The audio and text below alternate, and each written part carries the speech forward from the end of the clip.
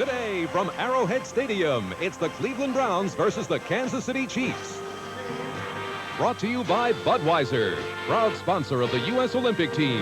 This Bud's for you. By Mazda, bringing performance and value together. That's the Mazda way. And by Goodyear Certified Auto Service. Nobody fits you like Goodyear.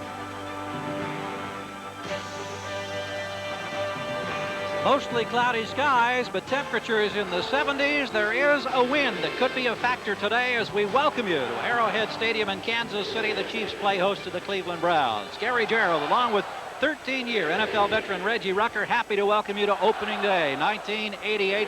Always a special air of anticipation and excitement, and a contrast in winning streaks on opening day. The Chiefs, who have the longest victory streak on opening day in the NFL with 5 consecutive wins, against the Browns, who are favored to get to the Super Bowl, but yet who have lost on opening day the last 5 years.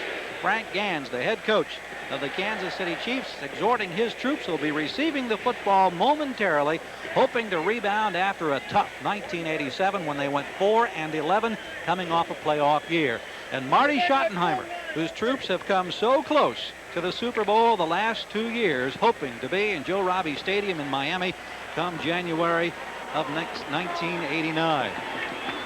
This should be a good one today. Both have good preseason records. The Browns at 3-1, Kansas City at 2-1-1. James Saxon, Yvonne Jenkins, Larry Moriarty expected to be in the deep spots for Kansas City as Lee Johnson puts the ball on the 35-yard line. A crowd of better than 50,000 on hand at spacious Arrowhead, coming to their feet in anticipation of the season opening kickoff for 1988. And I can promise you there are butterflies for every football player on that field, but they'll soon end, Gary, once that ball is kicked and you take that first hit. These are 2 football teams going in different directions. The Cleveland Browns obviously think that they can play in Super Bowl 23, and of course the Kansas City Chiefs are just looking to be respectable in 1988. Getting ready to tee it up, taking just a little bit longer. The gusting, swirling winds, and you can see that Harper is going to actually hold the ball on the tee for Johnson as we get ready to get this one underway in Kansas City. So here we go.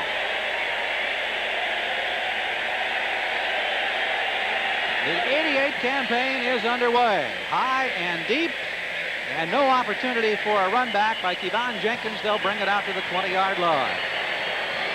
It's our pleasure to welcome those of you who are watching Miami and Chicago today in season opening action to Arrowhead Stadium as we take a look at the Chiefs starting lineup. Bill Kenny now firmly the starting quarterback for Frank Gans, has a rookie running back in James Saxon, and Paul Palmer, a second-year man, starting in the backfield because of injuries to Christian Okoye and Herman Hurd. Page, Carson, veteran receivers, and Alfredo Roberts, a rookie, who made the starting lineup today. And here's your offensive line. Byron Ingram is a first-year starter, and the Chiefs are missing one key man, Mark Addix, who is out for several weeks yet because of an injury. The Chiefs don't want to call any plays because they released some balloons here just a few minutes ago, and the balloons are distracting the players. They're all over the place. And some of them are virtually eye level, or were, as they swirled in the winds here. Now you can see that they begin to filter up and away from the stadium. And so just another hesitation before the first play. That's a good move by Bill Kenny, because if he had a pass play called, you can imagine what it would be like trying to put the football in the air with those balloons swirling about. Kenny looking things over and still doing a little directing here. They want to make sure. There are still a handful of balloons at the opposite end of the field that are just now starting to get away from the boxes and up into the air. Gans pacing on the sideline, and now we're ready to do it. First play from scrimmage for the Kansas City Chiefs. Won only 4 ball games last year. The pitch out comes to Palmer, and Palmer is met emphatically by Mike Junkin. Junkin playing the left inside linebacking spot as we'll check the starting defensive alignment for the Browns. Golick, nose tackle, and a good one. Big Daddy Hairston and Clancy are the defensive ends. The linebacking core, we mentioned that Junkin is now a starter in place of Eddie Johnson. Dave Grayson, who had a great preseason, along with the pass rusher Matthews and Mike Johnson. And the defensive secondary, Minifield and Dixon, are the keystones here. A couple of Pro Bowlers, and they are good. There is a rookie, Brian Washington, along with Felix Wright. Second down now for Kansas City, just underway from Arrowhead Stadium. Kenny wanting to throw under pressure from Hairston, completes the pass at the 25-yard line. It's Stephon Page, but the key there, Reggie, was the fact that there was pressure coming from the Browns, and Kenny had to get rid of it quickly. Bill Kenny checked off at the line of scrimmage. He saw the defensive look, and felt the Browns were in a blitz call and got rid of the ball very quickly. But you saw an example of the Browns' suffocating defensive style of play. Paul Palmer comes to the sidelines, and the Chiefs will now go with 4 wide receivers in a 3rd down situation. We look at Kenny's stats for last year. Pass protection is a key here, Gary, excuse me, and giving Bill Kenny the time to throw the football. The Browns would be coming here. Watch Matthews. Harry was the man in motion, and now the pass goes to Emil Harry, who can't hang on to the 28-yard line. So the Chiefs missed the opportunity there as Kenny tried to flip it out on the left side to Emil Harry. Couldn't hang on, and as he comes back to the sideline, the punting unit comes onto the field. It'll be Kelly Goodburn, second-year player, who will be handling the punting chores this season for the Chiefs. Gerald McNeil, who can be extremely exciting, as Browns fans well know, the cube, all 142 pounds of him, standing back at the 32-yard line awaiting the punt. There's a problem with kicking the ball into a wind like this. You have to watch the nose of the football. If it's down, McNeil has to go forward. If it's up like that, he goes back. McNeil retreats to the 26, and here he goes across the 35, and he is pulled down at about the 36-yard line. So the Browns will get the football for the first time today after a 48-yard punt and a 10-yard return. We have no score. We're just underway at Kansas City.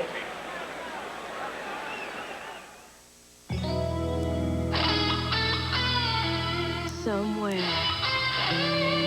right now, there's a clean,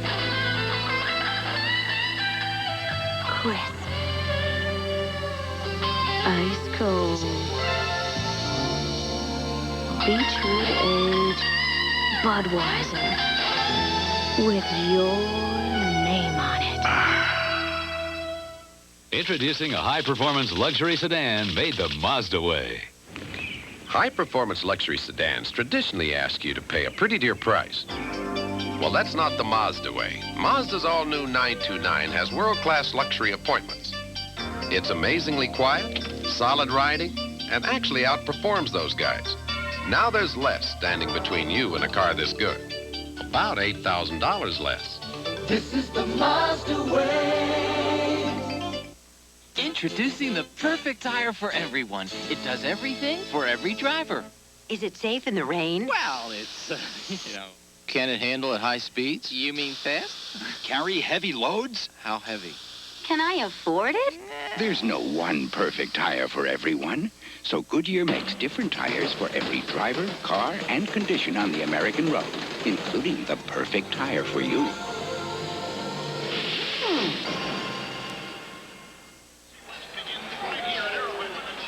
They're coming up to the line right now.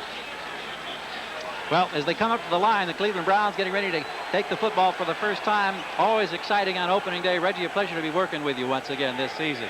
Good to be working with you, and you're going to be leaving for Seoul, Korea, and I'm sort of envious of that. That comes up tomorrow. We'll be on the way and a chance to talk about that later on. Right now, Kozar on first down, firing long. The intended receiver was Reggie Langhorne on the near sideline. Kevin Ross was the defensive back who was back there. Let's check the lineup now. Kozar has the big backs, Biner and Mack, who had some truly great numbers a couple of years ago. Yardage-wise, Slaughter, Langhorne, the veteran tight end Ozzie Newsome as the primary receivers. It is a big offensive line. They average better than 280 pounds. Farron, Williams, Riccozzi, who replaces the just traded Mike Babb, Fike, and Risen. Second down now for Cleveland. They're working just short of their own 39, make it the 38-yard line. Handoff goes inside. Matt finds a hole, churning toward midfield, gets across the 45 to about the 47-yard line, working on the right side of the line. Deron Cherry with the tackle. Leonard Griffin, Bill Moss, and Mike Bell are the down linemen for Frank Gans and the Chiefs. The linebacking core is a little suspect for Kansas City this year. We'll take a look at the starters in that particular area. Jack Del Rio, Aaron Pearson, Dino Hackett, tough hitter, along with Tim Cofield. And then their secondary on a par of the one of the Browns with Lewis, Ross, Burris, and Cherry. You've got some Pro Bowlers in that group right there. You've got the best defensive secondaries without question in the National Football League playing both sides of the field today. Third down, a yard needed for the Cleveland Browns, their first possession. Handoff inside to Mack, penalty markers down. He has the yardage as he gets to midfield for the first down, but again, we'll see whether or not the infraction goes against Kansas City or Cleveland. Looks like the primary call or preliminary call goes against the Chiefs. Bill Moss making the tackle. Our referee today is Jim Tunney. And he'll be giving us the indication. Defense, nose guard, 5 yards, penalty is accepted, first down. So the penalty moves the ball into Kansas City territory at the 47-yard line. Let's check the ticker in the early game. Chicago just really handling Miami today. San Francisco hanging on to beat New Orleans in a big showdown there in the NFC. Showdown on the first weekend. Hard to believe, but true. Pittsburgh a winner over Dallas. Folks in Steel City are happy. Cincinnati over Phoenix, spoiling the debut of the Cards in Arizona. And the Rams all over the Green Bay Packers. More scores in just a moment. Right now, first down coming up for the Cleveland Browns. Handoff goes to Mack once again, and this time nowhere to work. Coming up quickly to make the tackle was Dino Hackett, number 56, a third-year player out of Appalachian State. Now, when you look at the Cleveland Browns, what you're seeing as you continue to look at the 10-minute ticker, you're seeing one of the most balanced teams in pro football. The Browns have the ability to run the football, and then Kozar is a master at getting the ball to a lot of different people on offense. That makes it very difficult for Kansas City to defend this team. Second down and 10. Ball still at the 47-yard line in Kansas City territory. Cleveland's first possession of the afternoon and of a brand new season. Long count by Kozar, 4-man rush, and he has protection. Now steps up in the pocket, being chased and dragged down from behind. Tim Cofield is there to make the tackle. Bernie had some time, apparently couldn't find anybody open. And then as he stepped forward in the pocket, Cofield was able to drag him down. Tim Cofield from tiny Elizabeth City State College. Very good on the outside rush. Watch number 54 on the right side of your screen. Very strong as he gets rid of Larry Williams with his hands and drags Kozar to the turf. One of the keys defensively for the Kansas City Chiefs is going to be able to apply that kind of pressure on Kozar all day. Obvious passing situation now for Kozar and the Browns at the midfield stripe, 3rd and 13. Kozar under pressure, fires and completes the pass, and then the ball gets away. Webster Slaughter, it's picked up by Hackett, but I believe a whistle had blown. Kevin Ross with a pop that time to jar the ball loose. Hackett a little unhappy because it's not a Chiefs possession, but it may be shortly as the defense holds and gets a nice ovation here from the partisan fans at Arrowhead, and we'll take another look. Very good defensive series by Kansas City. You saw the pressure earlier and the excellent coverage there by number 31, Kevin Ross, who was right with Webster Slaughter as he ran the inside route. Ball is mishandled by Johnson, who spins away from one man, kicks on the run. It's a poor kick, but it takes a fairly decent bounce, and now takes a good bounce and goes down, in fact, inside the 20, inside the 10, and is going to roll dead in the vicinity of the 6-yard line.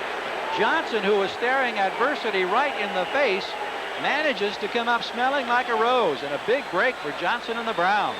Absolutely incredible play by Lee Johnson, a man who was under a great deal of stress throughout the training camp period. Marty Schottenheimer had brought in a lot of kickers to take this job away from Lee Johnson, and the barefooted kicker, as you watch this play here, watch the job he does. Now he's going to drop the football. That's his fault now. Fortunately, he is able to pick the ball up, and he knows that you can still kick the ball at any time. And what a kick. He gets that ball just under Todd Howard, and then the ball takes a Cleveland Browns bounce toward the Kansas City Chiefs goal line. Outstanding job by Lee Johnson. It ends up being 39 yards, rolls dead at the 6-yard line. And Kansas City will go to work now, and look at Johnson. He's able to smile about it, as well he should in this situation, but he's got to be concerned. You wonder if that's just a case of opening day jitters when he was not able to handle that snap. Adam Lingner, just newly acquired for Kansas City, handles the deep snapping role there, and for the Cleveland Browns, it is Frank Winters who handles the deep snap responsibilities. Usually you can establish the personality of a game, Gary, if you start defensively and you start well. Now, Kansas City, the Cleveland Browns had the football in good field position right around midfield, and Kansas City established something there by applying the pressure to Kozar. And that is the only way you can derail this Cleveland Browns offense, is you must make Kozar hurry the football. I mentioned at the top as we came in that one of the major concerns for Kansas City coming into this ball game today is the fact that their experience and their strength in the backfield is injured. Christian Okoye, who had a great rookie season, and then Herman Hurd, a couple of big power backs, unable to play because of injuries today. So there's a little extra pressure on Palmer, who has the football right now as he tries to get out close to the 9-yard line working the left side, and also a rookie running back, James Saxon, who that time was in motion out to the left. A reminder to our viewers that we'll be selecting the Budweiser Most Valuable Player for today's game at the conclusion of the contest. Okay, let's take a look at what Kansas City needs to do if they've got a chance to win this ball game. Kenny must use the tight ends and running backs in the passing games because you know Cleveland is going to shut down the offensive outside people, and the offensive line must recognize the different blitzes of the Cleveland Browns. Anticipating a blitz, there is pressure. It's a running play all the way, and Palmer throwing for perhaps a yard loss, and Kenny is not happy in the backfield right now. Okay, you alluded to the fact that they don't have Okoye. Okoye, the fullback who is on the injured reserve, is 250-some pounds, and he runs a 4.5. Now, they won't be able to run the football successfully inside on the Cleveland Browns because Paul Palmer, on the other hand, is 5'9", 180 pounds. So the Browns, in order to stop the Chiefs, well, they got to stop that outside running game. Palmer is a breakaway back. And the defense also must neutralize Carlos Carson, the outstanding Pro Bowl wide receiver. He is the big play man, number 88. He's paired up against Hanford Dixon right now. From the 8-yard line, 3rd and 8 inside handoff. This is the rookie Saxon with a bit of room. Breaks one tackle, gets out to the 20, to the 21-yard line, and a first down. Well, that's an impressive debut for the rookie. 13 yards on the carry. James Saxon, out of San Jose State, 5'11", 215 pounds, and you know he's a happy young man right now. And that's what we're talking about, Gary, stopping that outside play. The Chiefs are going to run outside and off tackle. Number 21 on the right of your screen, James Saxon, the rookie, picking up the running room very nicely. Some good blocks, breaks a couple of tackles. This is a rookie who plays like a veteran. Ball just across the 20-yard line, first down on the first down of the afternoon for the Kansas City Chiefs. No score early in this one in the first quarter. Kenny with protection fires and out of the arms of the rookie tight end Alfredo Roberts, who stretched out full length but couldn't hang on. There was pressure that time defensively on the receiver from Mike Johnson, and there was also pressure inside on Kenny as he released the football. Bill Kenny has been here 10 years, and for most of that time, he has been in a quarterback battle with Todd Blackledge. Now, they traded Todd Blackledge to the Pittsburgh Steelers during the offseason, and they brought Steve DeBerg in, but they told DeBerg, look, this isn't a quarterback derby. Bill Kenny is our man. So this is the first time in a long time where Kenny has had the security of his job. Second down now for the Chiefs. Kenny again wanting to put the ball in the air. Does so to Saxon. Saxon, good receiver, spins away from one man, and he gets out across the 25 to the 27-yard line. Sam Clancy finally bowled him down, but Saxon on 2 occasions now has managed to break tackles. Good, strong runner. The Chiefs don't appear to be in awe of the Cleveland Browns right now as you watch this play coming right at you. Number 9, Bill Kenny, out to Saxon. Saxon catches the ball well. I talked to offensive coordinator George Sefcik, and he said that Saxon is an outstanding receiver for a rookie out of the backfield. It was Brian Washington who missed the initial hits and had a chance at the tackle, the rookie defender for the Browns. Neil Harry, the motion man. Kenny under pressure steps up, completes the pass to Kitrick Taylor across the 30 to about the 33-yard line. Maybe enough for the first down. Kitrick Taylor, first-year player out of Washington State, gets his first reception, and he has the first down for the Chiefs. That's what we talk about when we say inside receivers. In pro football offenses today, you take the tight end out, you'll put a wide receiver in. That's George Sefcik, who is the architect of this offense. The Kansas City Chiefs need to find some other people to throw the ball to other than Carson and Page. If they do that, they have a good chance of moving the football successfully. Pitch out comes to Palmer, trying to work the right side. Gets the block across the 40. Penalty marker, however, is down. Bumped out of bounds at the 45-yard line, but this one is going to work against Kansas City. Preliminary indication of a hold against the Chiefs. Flag back at the 29-yard line.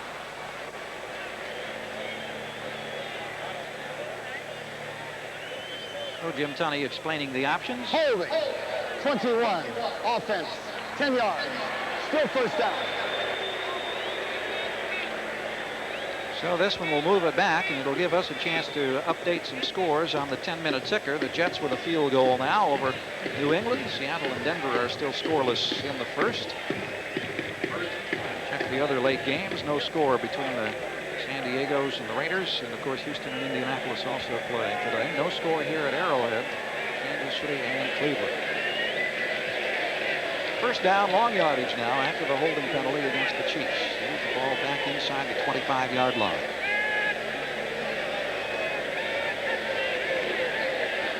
Kenny flips it out here on the near side. This is Roberts across the 30. Big man bumped out of bounds at about the 36-yard line. Alfredo Roberts, who caught 6 balls in the preseason, including 1 for a touchdown, gets his first reception in the regular season. The Chiefs have an outstanding game plan. I can tell you that right now. They know the strength of the Cleveland defense. They are doing exactly what they need to do to move this football. They're hitting the inside receivers, they're hitting the tight end, and they're getting outside. Even though they had a penalty on that last run by Palmer, you could see that they want to get outside and use Palmer's speed. The Browns are going to have to tighten up their defense, or Kansas City is going to move this ball today.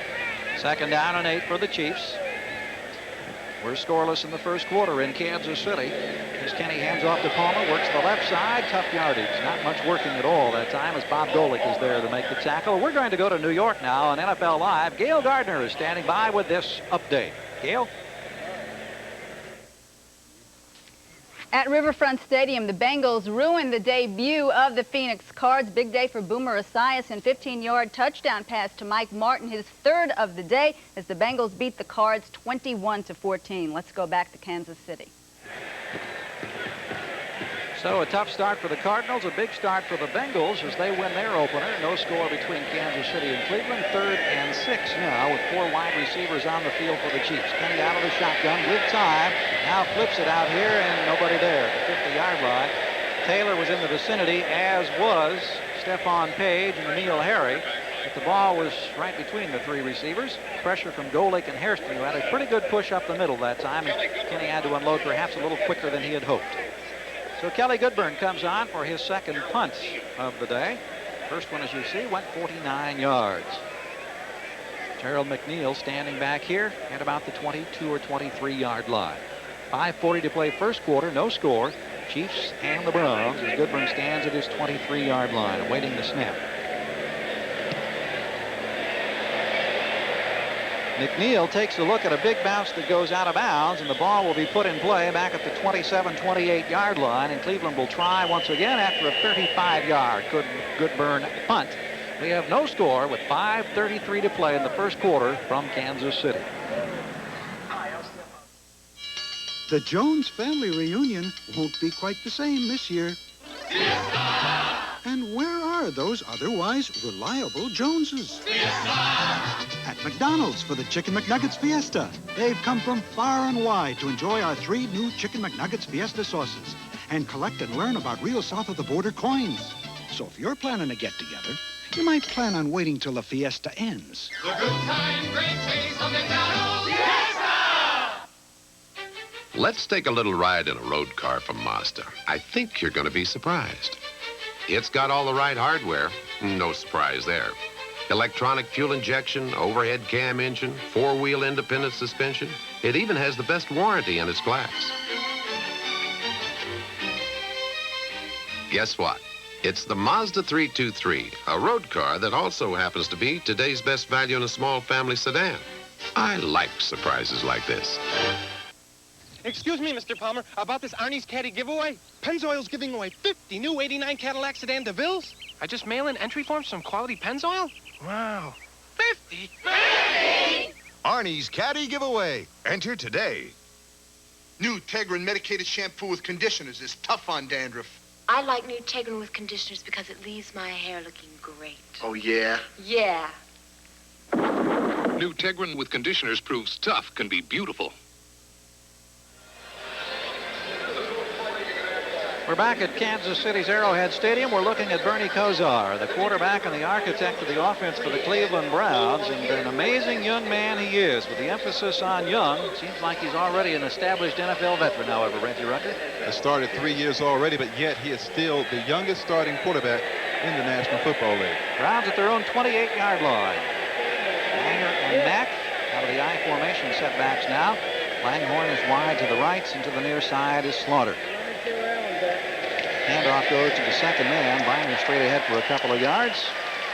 Ernest Biner at 215,500. The grandstand, or in the grandstand. For me, all they've got is... All in all, here rather justified offense. They like to get the ball to a lot of different people.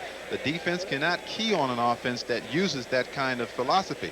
And when you do that, and Kozar does it as well as anybody else, you can move the ball at will at times.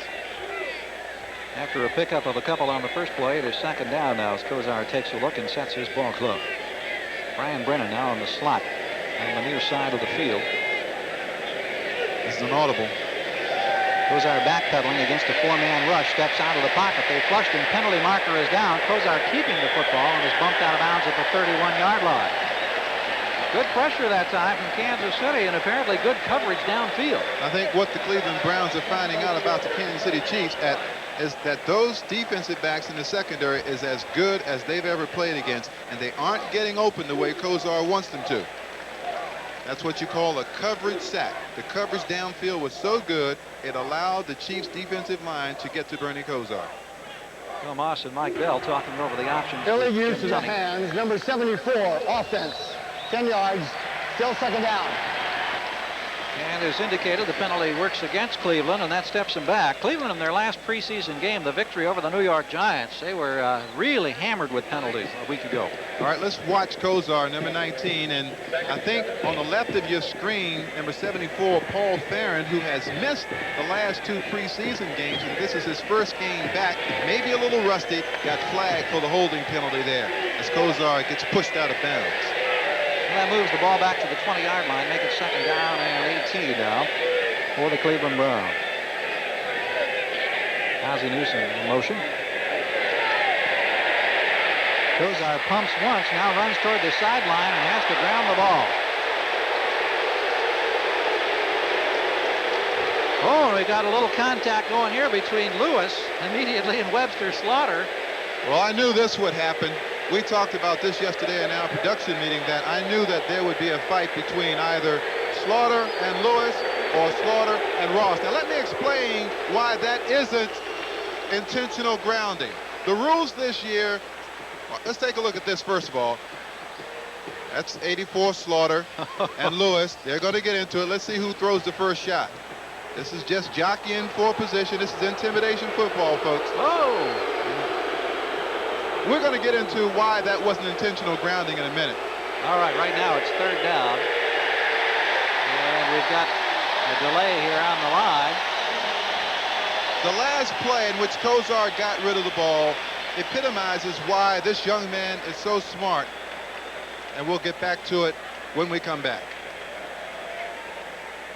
Still no score in Kansas City. I don't know where to start telling you about Mazda trucks. They've been rated first in customer satisfaction 2 years in a row. They got the best warranty in the truck business. It covers you bumper to bumper. This sporty new SE5 comes with everything you're looking at, and it's still priced close to Toyota and Nissan's base trucks. So I don't know where you start. I guess it doesn't make any difference. You wind up here. This is the Mazda way. Most of my friends don't know what they're going to do after graduation, but I've already locked in guaranteed skill training in the Army. Qualify now and you can reserve even the Army's most sought-after technical training up to 12 months in advance through the Army's delayed entry program. Sure, being a soldier won't be easy, but then nothing worth having ever is.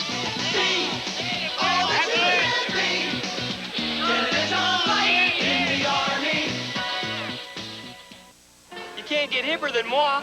Health club, can't you tell? Mousse in my hair. Tanning salon every Thursday. Whatever kind of food I'm eating, that's the kind of beer I'm drinking, comprendo? When you're done kidding around, Heineken. Into the land of heartburn comes the first liquid antacid without that liquid antacid taste. A really good tasting liquid that puts out heartburn's fire. New Tums liquid. It works. It really tastes good. Next Sunday, the NFL plays here when the Steelers battle the Redskins. Before your team takes the field, our team hits the air. NFL Live. Okay, let's get back to why that wasn't intentional grounding. The rules this year state that the quarterback may get rid of the football if he isn't under sufficient pressure. Now, there's no one imminently about to sack Kozar, so he throws the football away. They do not consider that sufficient pressure. Third down, 4 wide receivers. Kozar up tight under center. This is an audible. They're coming. Chiefs showing blitz. Bell breaks across the line. We've got penalty markers all over the place, and Kozar is dragged down at the 16-yard line. There was a lot of movement in the lines that time as the Chiefs were showing full blitz. Kozar apparently went to an audible and some confusion. Let's see which way this goes. It's going to work against Kansas City, and you see the reaction of Mike Bell, who's not happy with that call. And the reaction also of Jim Tunney, who's telling Mike Bell why he's wrong. Well, Gary, I expect this to happen a lot today because Kozar is very good at drawing the opposition off sides. Offside, number 99. Defense, still third down.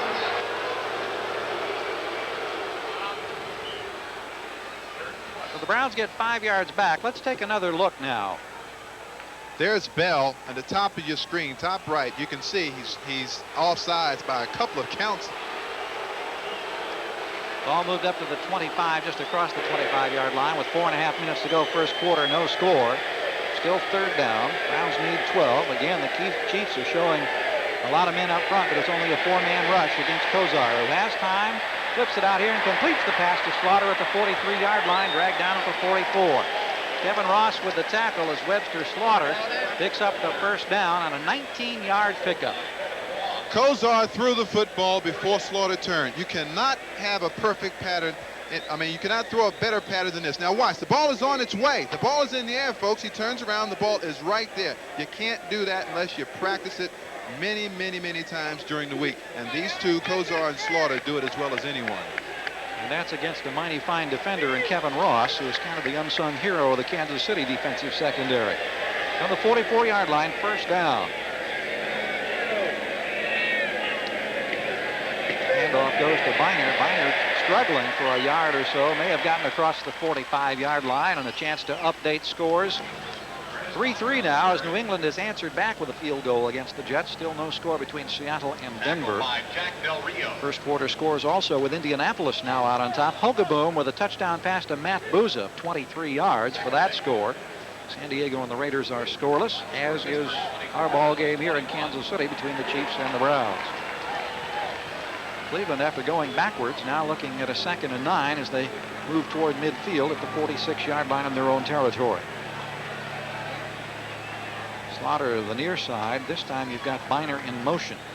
Handoff goes to Mack straight ahead with a pretty good hole. Picks up a quick 5 to about the 49-yard line as he crosses the midfield stripe. Greg Ricrosi and Dan Fike helping lead the way up front. Dino Hackett with the tackle. So far, the Chiefs' success has been tied into two things. The defense must pressure Kozar in order to stay in this football game. They've done a wonderful job of that. And then the linebackers must contain Biner. Now, the Browns haven't tried to get the ball to Biner yet, but when this offense unfolds as it will on this drive, the Browns will definitely try to throw the ball to Ernest Biner, and it will be up to the Chiefs linebackers to contain Biner, number 44.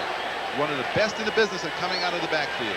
Chiefs have brought in 5 defensive backs now. Biner steps right up alongside Kozar in tight. Kozar with a quick retreat, fires, completes the pass, I believe, and knocked away. No, it's an incompleted pass.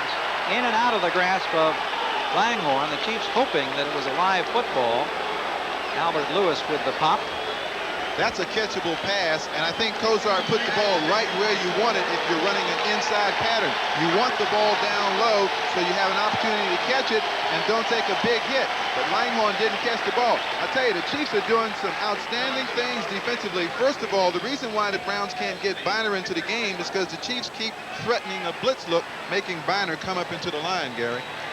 Lee Johnson handles this snap and gets off the kick. Great left kick. Foot, bare footer, gets it up there, hangs it high. Kicker Taylor with no opportunity for a run back, and it bounces out of bounds inside the 10-yard line. Looked like it may have been down tighter than that, but then it took a bounce right out to the side. 38 yards on the punt. When we come back, Kansas City will be trying to break a scoreless deadlock. When I talked about how we deal with our customers, or any customer I'd have, you get to know them personally. And eventually it becomes a relationship where they're not just a BC company, they're people. They know that I got all these products and these different things. I'm sure that he didn't realize that they were... Come in and read them. Yeah, no cover charge. A week. Full-size washer dryers. I'm going to take care of you. When you take away all the title... 20% interest. I really do appreciate this. At the end of the week, you'll owe us $3,600. That's okay. Listen to the man now. He means it. Oh, that's okay. A new house often means finding new ways to save, even if that means bagging your lunch. You want whole wheat or rye? Give me rye. And Allstate can help with a new house discount that could save you 15% on homeowners insurance. You want mustard or mayo? Mayo. And 15% could buy lots of hot lunches. You want mixed fruit or pudding? Do you want the truth? The Allstate new house discount. Another reason. You're in good hands with Allstate. Introducing a high-performance luxury sports coupe made the Mazda way. If you like the idea of going places in a hurry, check out Mazda's all-new MX-6 GT. A turbocharged, intercooled 12-valve road machine that'll outrun the top-of-the-line Honda Prelude and still run you a cool $2,000 less. Believe me, you don't have to drive it this hard to love it. You just have to drive it.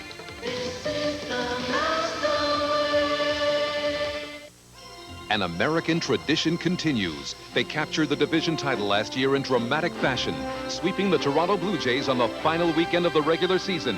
Next Saturday, the pennant race swings into high gear as the Tigers meet the Yankees or the Cubs face the Cardinals. The tradition is here. The memories are waiting.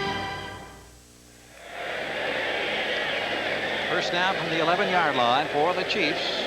No score in the football game as the rookie Saxon now scrambles back to the left, trying to make something happen, and gets out close to the 15-yard line.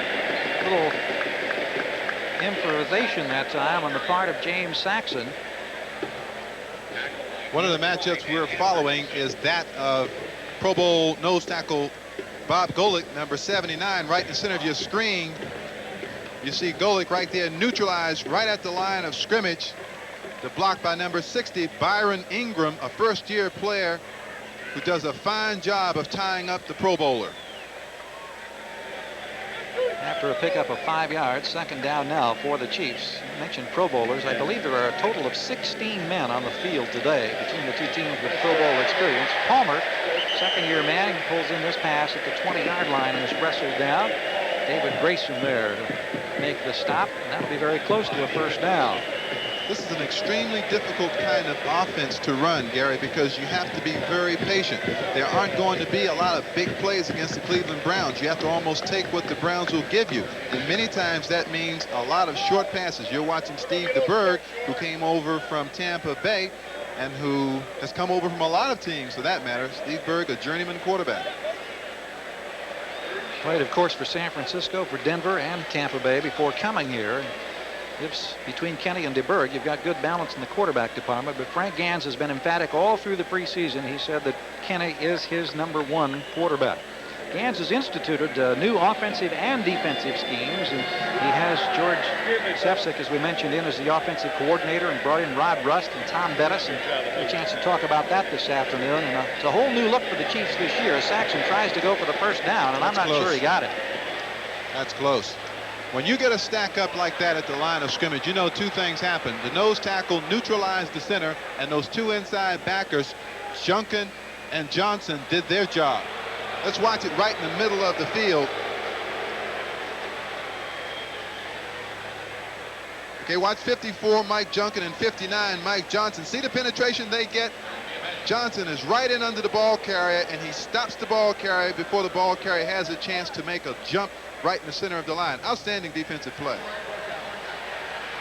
Well, they brought the chains in. They've determined that it's fourth down as Marty Schottenheimer takes a look from across the way, talking with I mean, that's the way you draw it up on the board, Gary. I mean, you can't get any better than that defensive play inside. Junkin, who, of course, has been under a lot of pressure to perform. He was the #1 draft choice a year ago, didn't play.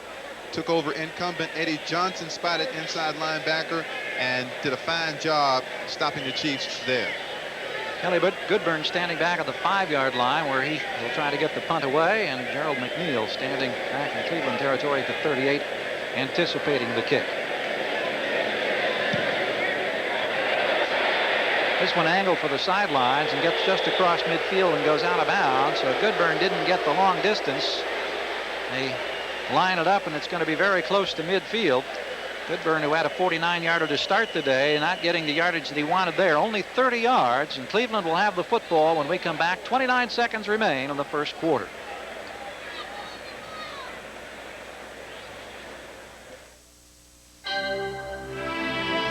The Acura Legend sedan offers such amenities as leather-trimmed interior, sophisticated stereo system, and ergonomically designed controls. Is it any wonder people enjoy sitting in it? And with its 24-valve 2.7-liter V6, is it any wonder they enjoy standing on it? The Legend sedan, precision-crafted performance from Acura. When you need tools, any kind of tools, for every kind of job, one name gives you more good choices than any other. Craftsman. When you ride the red line, you need new world-class Haviland Superior Grade, the performance-proven motor oil that keeps your engine cleaner and delivers superior heat stress protection. New Haviland Superior Grade, cool under fire. Once again back in Kansas City, Gary Gerald along with Reggie Rucker. It's been a scoreless first quarter, and only 29 seconds remain in this quarter as the Browns get ready to go to work just short of midfield after a short Goodburn punt of only 30 yards, his third punt of the afternoon. I think if I'm surprised at anything, as you take a look at the 10-minute ticker there, if I'm surprised at anything, Gary, it's been the pressure the Chiefs have been able to put on Kozar, and that is very important when you're playing a big, strong, powerful team like the Cleveland Browns. Make Kozar do some things that he doesn't want to do. He's so accustomed to sitting back there, counting the house, having a field day, picking apart defenses, and he's not able to do that so far. Well, let's see what transpires this time as Kozar sets his ball club. Again, Mack and Biner are the setbacks. Langhorn to the near side, Slaughter to the far side. Kozar with time this time, looks down the field, and a great catch by Ozzie Newsome at the 35-yard line. The man who through the years has been known as the Wizard of Oz pulls in another one, and that keeps a consecutive game streak alive, a 15-yard pickup. And what is this, the 128th consecutive game that Newsome has managed to pull one in. Watch it in the middle of the screen. Now, this is what Kozar is accustomed to. See the outstanding pass protection? When you give Kozar that kind of protection and you have a great one like Ozzie Newsome on the other end, you're going to have big-time plays just like that.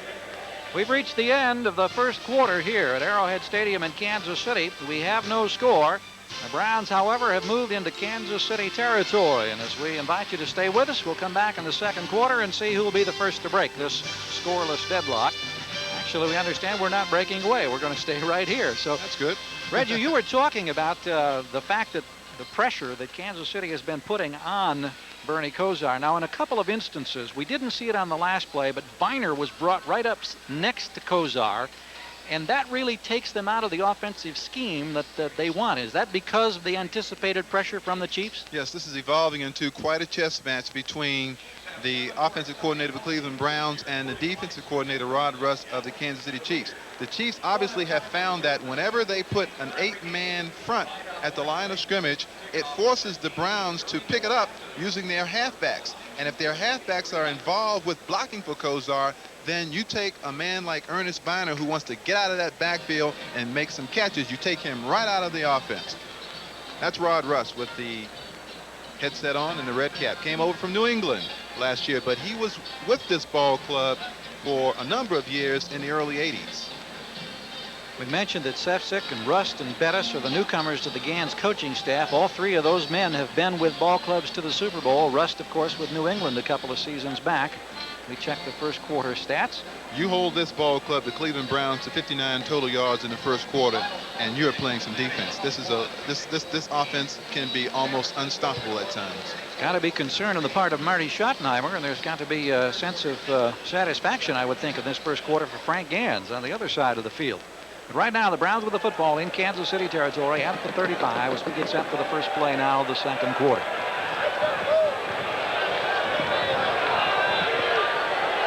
This time Biner is way out to the far left, along with Webster Slaughter. The handoff goes to Mack. Mack trying to turn the corner on the left side. Boy, he puts the shoulder down, and he just pushes defenders out of the way as he gets inside the 30. Kevin Ross finally able to bring him down. But Mack can be a load at 235 pounds, and he showed us why right there. I had a conversation with Kevin Mack last night, and Kevin told me that he doesn't really like to run over people, but every time I've seen him, particularly when he goes around the outside, the big load is going to put his shoulder down and come at you. All just short of the 29-yard line as Kozar brings his club up 2nd and 4. Just underway, second quarter. Scoreless battle thus far between the Chiefs and the Browns. Kozar has that stance with his right foot dropped back. It gives him that quick retreat. He's not known for having quick feet, but that helps him. Under pressure from Hackett, dumps it off, intended for Mack at the 30-yard line, who couldn't hang on, and Kozar went down. Dino Hackett right up the gut that time with pressure, and Bernie had to unload in a hurry. I applaud the way the Kansas City Chiefs are playing, because they know that they cannot sit back and play the Cleveland Browns and expect to win. What they're doing is gambling. That's what they're doing on every play. They have somebody in Kozar's face right up the middle on every single play, and it is keeping them in this ball game. So now it becomes 3rd down and 4 for Kozar. They're 1 for 3 in the first down conversion department thus far. All right, let's see if the Chiefs don't come up to the line of scrimmage and make Biner come up to the line of scrimmage. Chiefs showing 7 men up in the front. Here's the blitz. Burris with a shot knocks the ball away. Boy, Kozar really took a lick, and he's going to be okay. Lloyd Burris came in virtually uncontested from the left side of the defensive set, and he unloaded on Bernie Kozar. I think the Chiefs have found a flaw in the pass protection scheme of the Cleveland Browns, because watch the right side of your screen where Ernest Biner, number 44, is. He looks inside, and on the right side now coming out of the screen, there's number 34, Lloyd Burris, who blindsides Kozar. And if you want to win a championship, you better pick up his blind side, because you're not going to have that quarterback long if they continue to miss those blocks. Cleveland has now called a timeout to talk about the strategy in this situation. 14:04 to play in the first half. We'll see if they go for it or attempt a long field goal in just a moment. A performance you won't forget.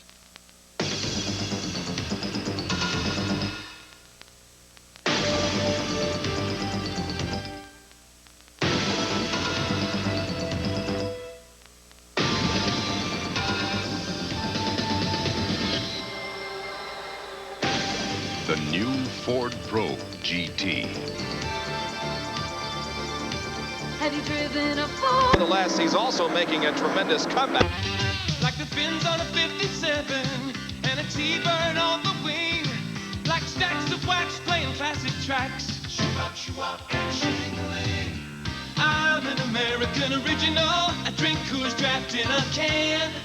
Win an original 57 Chevy, Ford T-Bird, and more in the Coors Original Sweepstakes. Plus, get great deals on classic rock and roll cassettes. Just look for the Coors Original Sweepstakes display. What gives you lots of hot water the lowest cost way? Nothing does it like gas. What lets you wash for less money to save every day? Nothing does it like gas. What heats water so efficiently it's half the cost of electricity? Nothing does it, no, nothing does it like gas. And if you're beyond gas service, use propane. For hot water, for cooking, home heating, or drying. Choose gas, America's best energy value.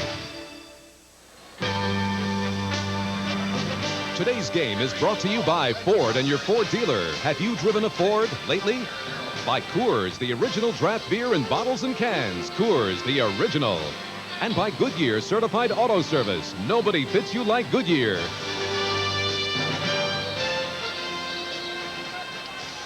Well, on the sidelines across the way, Bernie Kozar is receiving some medical attention after a blindside hit by Lloyd Burris. We have no indication if there's a serious problem or not. Gary Danielson is in at quarterback now, and he is faced with a 4th and 4 situation at the 30-yard line. Handoff inside to Biner, does not get the first down. The Chiefs hold, and look at the emotion on the part of that defensive unit.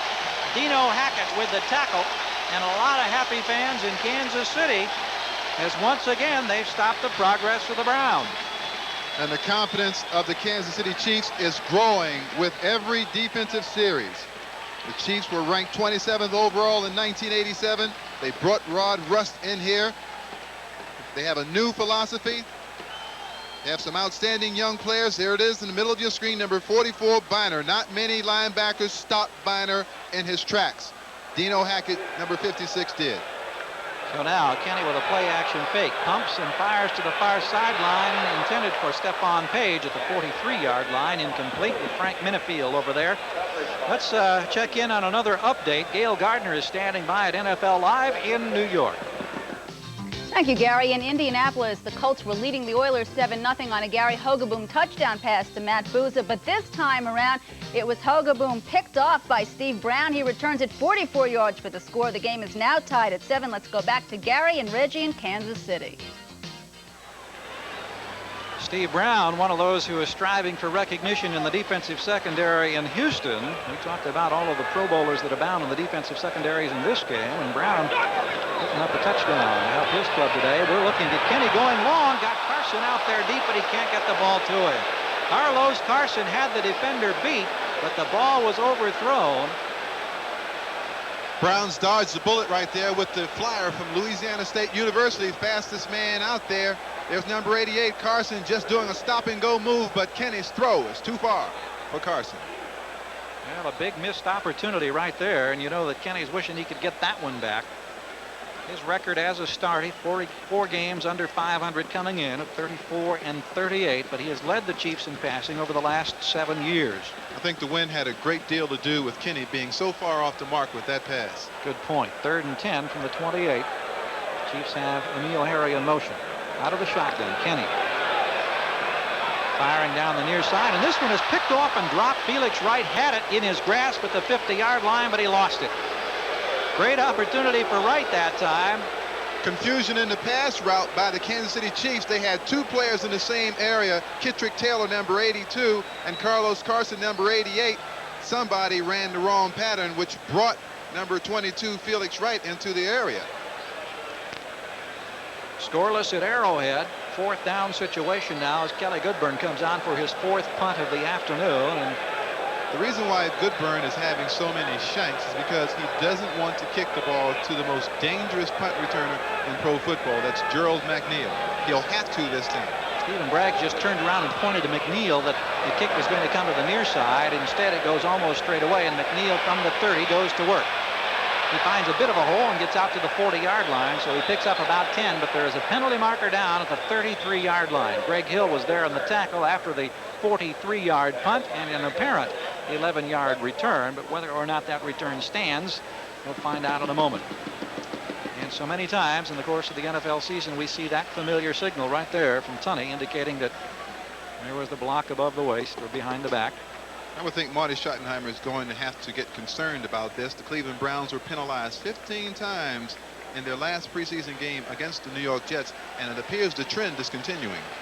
105 yards. Illegal block, number 24 on the return. 10 yards, first down. Anthony Blaylock has signaled for the illegal block here. So the ball will be spotted at the 23. We still have no score in Kansas City. It's been a surprising Chiefs defense thus far.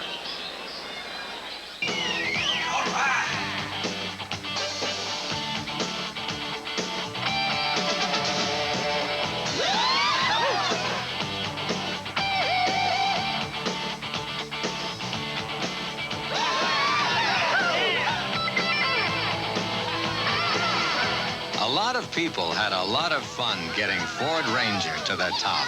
Ford Ranger. Get up to $750 cash bonus on America's best-selling compact truck, Ford Ranger. Like the fins on a 57 and a T-bird on the wing. Like stacks of wax playing classic tracks. Shoo-bop, and shing-a-ling. I'm an American original. I drink Coors Draft in a can. Win an original 57 Chevy, Ford T-Bird, and more in the Coors Original Sweepstakes. Plus, get great deals on classic rock and roll cassettes. Just look for the Coors Original Sweepstakes display. Now, the final chapter, students, in Bosworth's book of etiquette, personal hygiene. I suggest the maximum protection of new Right Guard Sports Stick from Gillette. Antiperspirant and deodorant. Anything less would be uncivilized. The product. The vehicles. The testing grounds. The results. STP oil treatment is... Never said a word. Let's battle the Redskins. Before your team takes the field, our team hits the air. NFL Live.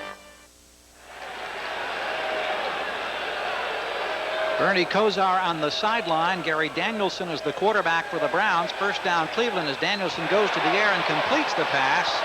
Along the near sideline is Mack. Finally bumped down by Aaron Pearson. Maybe we can go back to that sideline shot after the 19-yard pickup. Kosar was blindsided by Burris and suffered an injury possibly to his throwing arm, the elbow they were checking on. We'll check final scores from the early games. That is what brought Danielson into the contest. People want to know why the Cleveland Browns won't trade a guy like Gary Danielson, a quality quarterback. This is the reason. When you're a Super Bowl contender and you lose a Bernie Kosar, you'd like to have a Gary Danielson to replace him. All to 42-yard line. Matt working the left side, trying to pick the hole now across the 45 to the 47. So Danielson has the club on the move. But each time the Browns have moved the football today, the Chiefs have responded. Now here's Kosar on the sideline. You can see he's trying to loosen that arm up and test it, find out just whether or not it's going to be effective. He's 3 for 8 thus far today. And remember, in the preseason, he completed 65% of his passes. 3 for 8, not a pretty good number. So a couple of areas of major concern for the Browns, their coaching staff, and of course their many fans. But the man at quarterback knows how to operate. He's been there. Second down now for Danielson and the Browns. Hand off again to Mack. This time straight up the middle, and this time there is no hole. 4 men just swarming over him. Pearson, Del Rio, Cofield, Griffin, all there, and just throwing him back. Mack a little bit slow to get up. The Kansas City Chiefs have frustrated the Browns in some respect because they can't throw the football to those backs the way they want to. And the Chiefs are also doing a good job at the point of attack. That's where the runner enters the line of scrimmage. And you can see Mike Bell and Leonard Griffin and those people just controlling the line of scrimmage on the Cleveland Browns. And the Cleveland Browns aren't used to that. That big, talented offensive line is used to doing that to the defensive line, and they're not having their way today. Third down, 2 yards needed for the first down. The ball at midfield for Cleveland. Kansas City with a 5-man front. And no first down again. This time it was Biner who was tripped up, and Dino Hackett is in there. Dino Hackett has just been sensational, penetrating the line of scrimmage and making those shoestring tackles. Watch, coming from your right. Look at the good tackle low, grabs the ankles of Biner. Dino Hackett from tiny Appalachian State in the Southern Conference has been a star here with the Kansas City Chiefs today. Hackett goes back to the sideline. Lee Johnson is on to punt now for Cleveland, and Kittrick Taylor stands back at the 10-11-yard line awaiting the punt. Johnson gets the kick off, and a pretty good one. Taylor watches it, but it doesn't bounce for Cleveland at all. Goes out of bounds back up around the 15-yard line. Stephen Bragg's providing coverage downfield, but no chance for a run back for Taylor and the Chiefs. 36 yards on the punt. Surprisingly, we're 4 minutes into the second quarter and still no score in Kansas City. Traffic 2 over. The Ford Tempo GLS. A sophisticated sports sedan with true feel-of-the-road handling. Ford Tempo GLS. A sleek example of design leadership. It's a more sophisticated way to express your driving ambition. Now get a $400 cash bonus on Ford Tempo. Today, more and more people are drinking light beer. And the light beer they're drinking more of is Coors Light. They're playing where they're going when they leave home. And just Brought it in with you. There's absolutely no proof that you typed it this morning. Excuse me, Monsieur Poirot. I'm sorry, I just couldn't help overhearing. The Silver Bullet won't slow you down. Coors Light, the Silver Bullet. For all the right reasons, it's the right beer now.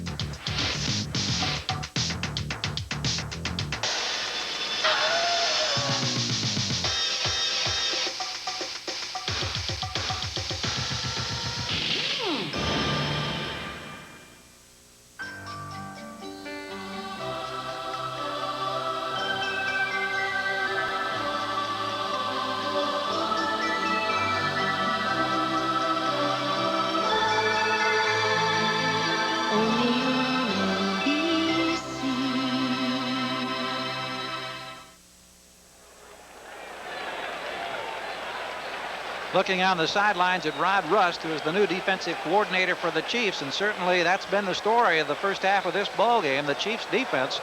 Now the offense goes to work under the guidance of Bill Kenny from the 15-yard line. No score, and the handoff comes into the rookie Saxon, and Saxon gets a couple of yards out to about the 18 on the left side. Coming up to make the tackle that time was David Grayson. We pause briefly now for station identification. This is the NBC television network. We're Channel 3, WKYC TV, Cleveland. Gain of 3 makes it 2nd and 7. Ball at the 18-yard line now for the Chiefs. Rookie tight end Roberts goes to a slot on the right side now. Saxon and Palmer are the setbacks behind Kenny. And this is Palmer trying to pick a hole and now slides through to about the 21-yard line on the right side before Mike Junkin drags him down. I see a story developing, and there it is, folks. Bernie Kosar is headed for the Cleveland Browns locker room, probably for x-rays. Got some ice you can see on that right elbow. Here's the man who, of course, who led the league in passing in 1987, put up all the magnificent numbers, has been on the cover of virtually every magazine in and around Cleveland in recent weeks. And he is headed for the locker room right now after being the victim of a blindside hit from Burris. Kenny firing and swinging it out on the side, and Palmer with no opportunity to pull that one in. So they fail to get the first down with 3rd and 3, and the punting unit comes on, and you see the grimace there from Kenny, who comes back to the near sideline. Kelly Goodburn will come on for, I believe, the 5th time of the afternoon in a punting capacity. Neither team is passing the football well, and I have to believe the winds here have a lot to do with that. When the wind is blowing the way it is, the ball takes off on you, Gary. It's a lot more difficult to make the catches that you normally do because the quarterbacks can't judge the throws properly, and the receivers have a hard time picking up the ball. 9:42 to go in a scoreless first half. Goodburn standing back at the 8-yard line now. Handles the snap and gets the kick away. McNeil looking for a return from the 32-yard line. The ice cube taking a look, now gets a block, pops through across the 40, 45, and down at the 50-yard line. Nice little move on the part of the smallest man to play the game in the National Football League as he gets it out to midfield in great field position. Once again, Greg Hill making the tackle on Gerald McNeil. 45 yards on the punt, 12 yards in the return. Seattle now with a touchdown to lead Denver in the second quarter, while the Jets and Patriots remain deadlocked at 3. Other late games, Indianapolis has now taken a 7-point lead over Houston. Still no score between San Diego and the Raiders. And of course, no score here with 9:29 to play first half. Excuse me, Gary, we understand that Bernie Kosar is questionable. So Gary Danielson, a veteran of 11 years, acquired in the trade from Detroit in 1985, is the man guiding the fortunes right now of the Cleveland Browns. He lets to go to Mack, and Mack runs into that red wall once again. Let's go back and take a look at that play where Bernie Kosar was injured. Watch the right side of your screen. Someone misses a blitz from the outside. You see Burris go by number 44, Ernest Biner. Wasn't a real big hit, but I think what happens is you can see Kosar on the ground there, and apparently he used his elbow to break the fall. And I can tell you from experience, when you do that, something might give. 2nd down and 10 from midfield for the Cleveland Browns. 3-1 in the preseason. They went 10-5 last year. Almost got to the Super Bowl, losing the championship game to Denver. Danielson fires down the middle and finds his man at the 31-yard line. It's Webster Slaughter. Slaughter pulling it in, and Kevin Ross making the tackle. 19 yards on the pickup that time. And Danielson, as you mentioned, he's been around. He's got 81 career touchdown passes, and he's thrown for a lot of yardage in his career. The Browns won't have a lot of drop-off at the quarterback position, as I told you. Good pattern by Slaughter. Number 31, Kevin Ross. Watch the rough tackle. Ooh, that hurts. At the 31-yard line in Kansas City territory. 8:09 to play first half. Browns on the move. Mack takes it on the right side. Tries to straight arm Del Rio, and then is really punished on the hit by the rookie, Smith. That's Neil Smith out of Nebraska, the first-round draft pick of Kansas City. Watch this shot here. Jack Del Rio, number 50, has Matt. Coming from nowhere, number 90, Neil Smith, the first-round pick. Boy, that's a hard hit. Your ancestors will feel that. Ball at the 30-yard line where it's now second down. Neil Smith, a very quick man. They say he's as quick as a defensive back in that initial move. Trying to find a home here in the Chiefs' defensive line. There's Matt picking his way inside. Head down, bangs ahead to the 22-yard line. Good run that time by Mack for Deron Cherry. And finally muscle him down. Jack Del Rio looks like also in there. Let me tell you what I think is going on. I think Marty Schottenheimer is saying, look, we're not having a lot of success throwing the football. The Chiefs are presenting us with a lot of different schemes up front. We're not blocking them well. So he is taking that big back, Kevin Mack, 230 pounds, who runs the football straight at you and sort of providing some stability for this offense. And he's running the football, and that's what Marty Schottenheimer would like to do anyway. Mack has now carried 10 times and has 39 yards to show for it. Ball inside the 22 at nearly the 21. See, that's the versatility of this football team, Gary. They can do both things and do them well. Cleveland has just taken a timeout, and that's their last timeout of the first half. They have utilized all three of theirs now. We still have 7:16 to play in this first half, but we're yet to see anybody score.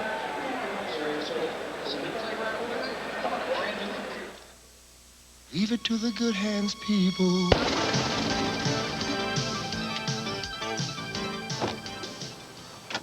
Joey! There's my girl. Oh, it's not the Holiday Inn. Now you're going to have to get all these... You offer something infinitely more valuable.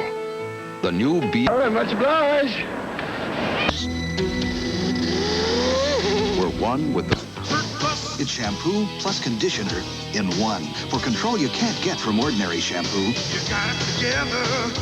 11-year veteran Gary Danielson talking to Marty Schottenheimer on the far sideline. On the near sideline, it was Dino Hackett conferring with Rod Rust.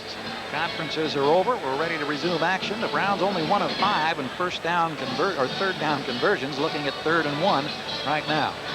Well, under Lindy Infante a year ago, you could expect anything here. The Browns might even throw the football and come back and try for the first down on 4th down. But under Marty Schottenheimer, who is new at being the offensive coordinator, I think the Browns will play this one safely and try to pick up the first down.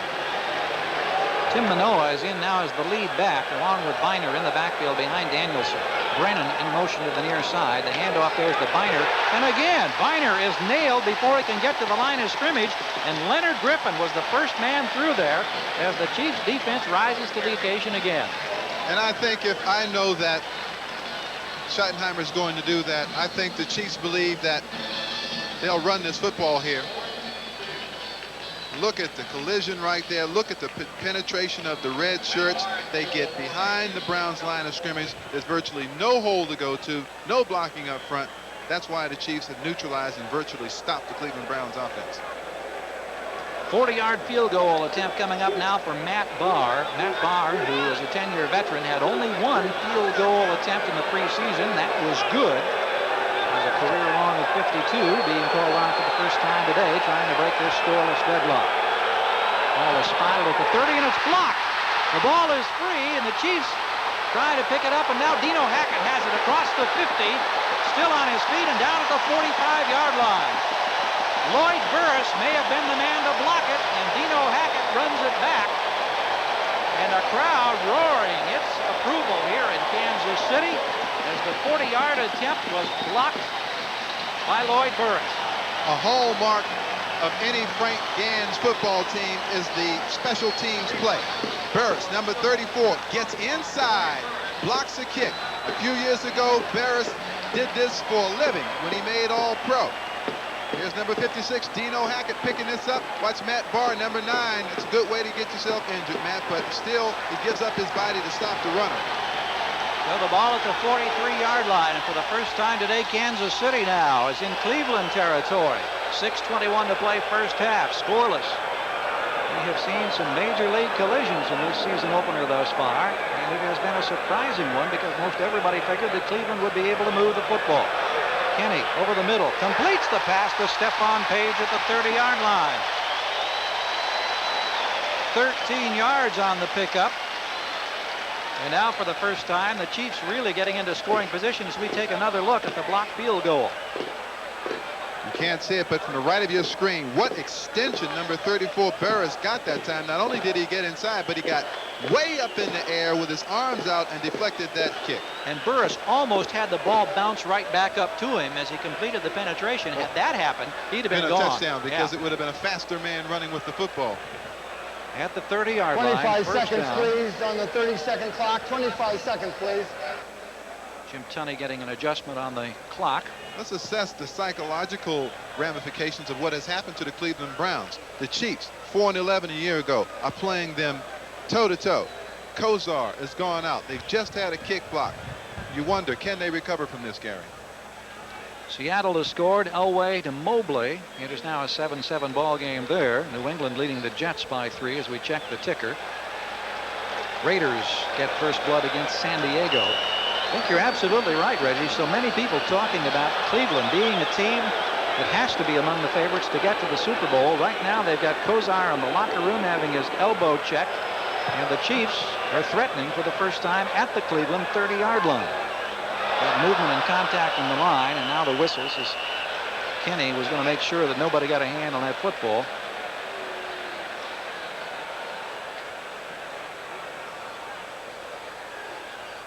Super Bowl talk is great in the preseason, but I tell you, it's 16 long weeks before you even get to the playoffs, isn't it? I'll tell you somebody who is unimpressed, the Kansas City Chiefs. I think you've got that right. Offside defense, 5 yards, still first down. Cleveland 3 penalties, 25 yards. Bob Costas, Ahmad Rashad, Paul McGuire at NFL Live. Coming up at halftime, we'll be updating activity around the league on this opening weekend. Invite you to stay tuned for that. This has been a bruising football game, and even though nobody has scored yet, it has been entertaining. 1st and 5 now for Kansas City in Cleveland territory at the 25. And Paul Palmer with a football. He has a hole, gets to the 20-yard line. The ball was ripped away, but I believe the play was whistled dead. It popped out of there. Brian Washington, the rookie strong safety, among those for the Browns, making contact. It's good enough for a first down. Palmer only carried the ball about 23 times all of last year. He was the leading ground gainer in the preseason. You see his numbers for 1987. And with the injuries to Christian Okoye and Herman Hurd, there was a lot of concern about whether or not Kansas City could move the football against the Browns defense coming in today. Palmer, 5'9", 180, probably the smallest starting running back in the National Football League. Runs inside deceptively well for his size. Substitution in the Cleveland defensive backfield as Will Hill has come in. Felix Wright went off to the sideline, and they were checking a possible knee injury. He is now over on the far bench, and a member of the staff is checking on number 22 Wright, while the ball at the 20-yard line, and first down coming up for Kansas City. You see Felix Wright on the far side now, fourth-year player out of Drake.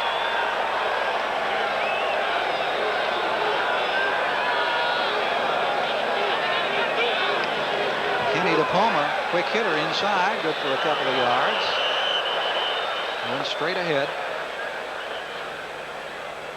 See whether or not the Chiefs try to play it cozy or conservative. We had a penalty marker down once again, and again, an indication this one's going to work against the Browns. So the mistakes are now starting to take a bit of a toll here for Cleveland. Offside number 57, lined up in the neutral zone. 5 yards and still first down.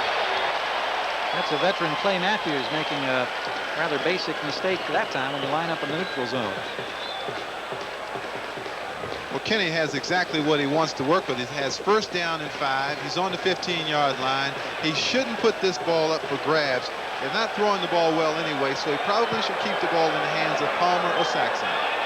Carson to the near side, Page to the far side, split about 7-8 yards as Kenny continues a long count. Got a whistle, and it was Palmer, and again penalty markers are down. So play has really bogged down here with 3:57 to go in the first half, and this will be a procedure call against the Chiefs.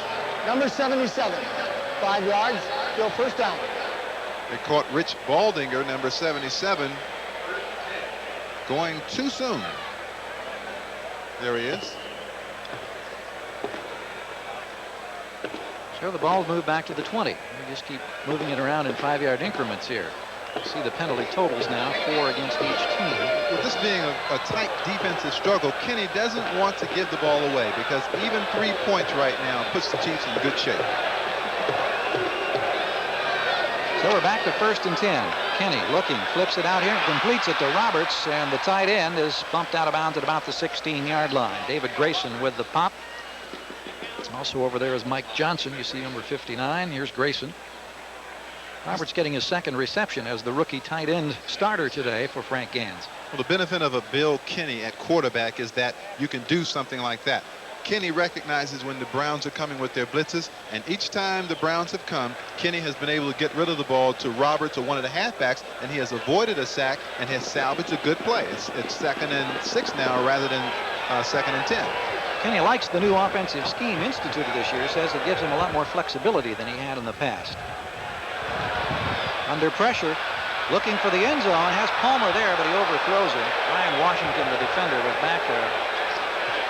Well, that looks like x-rays in the hands of someone there on the sideline, and we can't begin to pretend to read reactions or faces, but apparently a decision may be forthcoming. There's Bernie Kosar now back out. Looks like he's still got the ice on that right elbow. Well, let's see if he heads right for Marty Schottenheimer.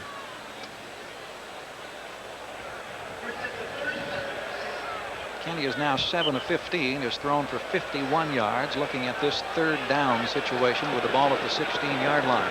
4 wide receivers, and the Chiefs need 6. 6 yards, that is, for the 1st down. They'd love to have 6 for a touchdown as well. Out of the shotgun. Kenny pumps once, now goes to the end zone, has a man there, touchdown, Emil Herring. There's a flag on the play. Penalty marker down. Kenny was also down back at the 26-yard line where he was hit by Carl Hairston.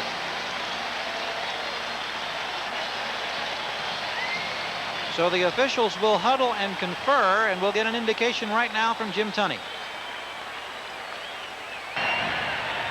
Illegal formation, offense, defensive holding on the defense. Offsetting. Offset. Replay the down. Tough break for Kansas City. You watch Frank Gans there. The Chiefs were in an illegal formation. Let's see if they had 7 men on the line of scrimmage. Illegal formation. Watch Kenny come back to Harry coming right down the middle, who has beaten Mark Harper well. Excellently thrown football, outstanding catch. But offsetting penalties nullify the apparent touchdown, so it remains 3rd and 6. The ball still at the 16-yard line, and again 4 wide receivers in for Kenny and the Chiefs. You have to have 7 men on the line of scrimmage. You take a look at that formation again, it appears that John Alt is too far off the line of scrimmage again. Kenny has elected to take a timeout now, and will come to the sidelines and talk with Frank Gans and company, and also Sefcik, the offensive coordinator.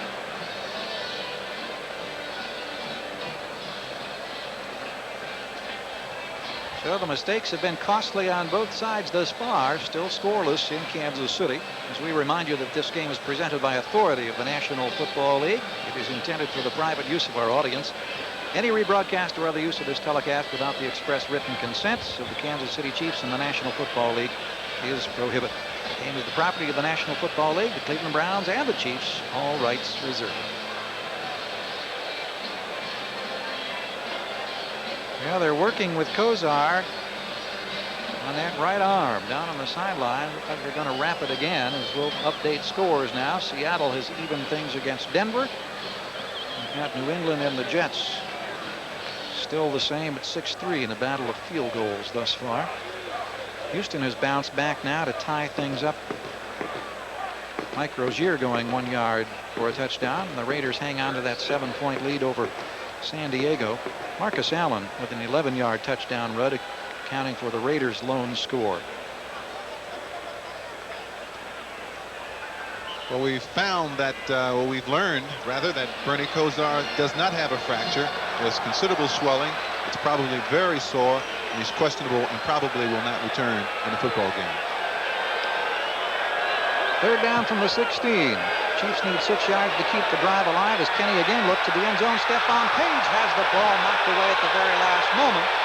Coming up to make a fine defensive play was Braggs, number 36. Superb defensive effort by Stephen Braggs.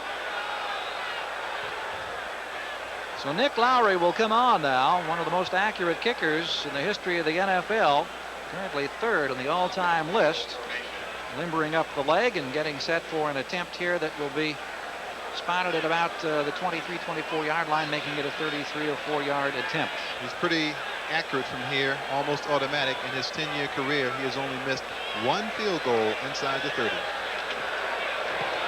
And he drills this one right through the middle. So it has taken a long time before anybody could score, but finally Lowry and the Chiefs have grabbed a 3-0 lead now on that field goal. 33 yards for Lowry. Makes it a 3-0 ball game. We still have 3:11 to play here in this first half. You know, a few years ago, the Kansas City Chiefs established a reputation in the National Football League for putting quarterbacks out, particularly Tim Cofield. You got to believe that they have a psychological lift here, having a 3-point advantage on everybody's AFC Super Bowl favorite, as well as putting Bernie Kosar out of action. Take a look at this 33-yard attempt once again, and here's the reaction from Nick Lowry as he heads off the field, finally breaking the ice. The only man in the NFL to kick field goals of 50 yards or more twice in a game.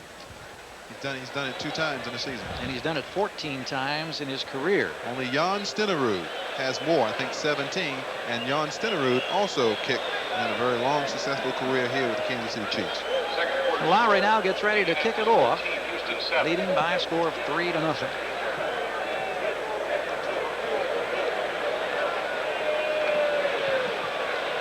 Saw the ball being held earlier today because of the swirling winds at Arrowhead Stadium. It looks like this time it'll stay on the tee all right.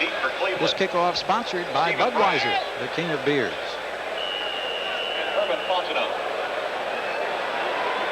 Here's Lowry's boots. High and deep. Braggs and Fontenot are back. Fontenot at the 2-yard line will run it out for Cleveland. Starts out to the left side, being chased. Now wants to reverse direction and won't get to the 20-yard line. Well, you never want to do that. I mean, you either take it and pour it up inside, or if you break outside, you keep going. Fontenot isn't a speed back, so I don't understand his judgment there. It's not a very good return by Herman Fontenot.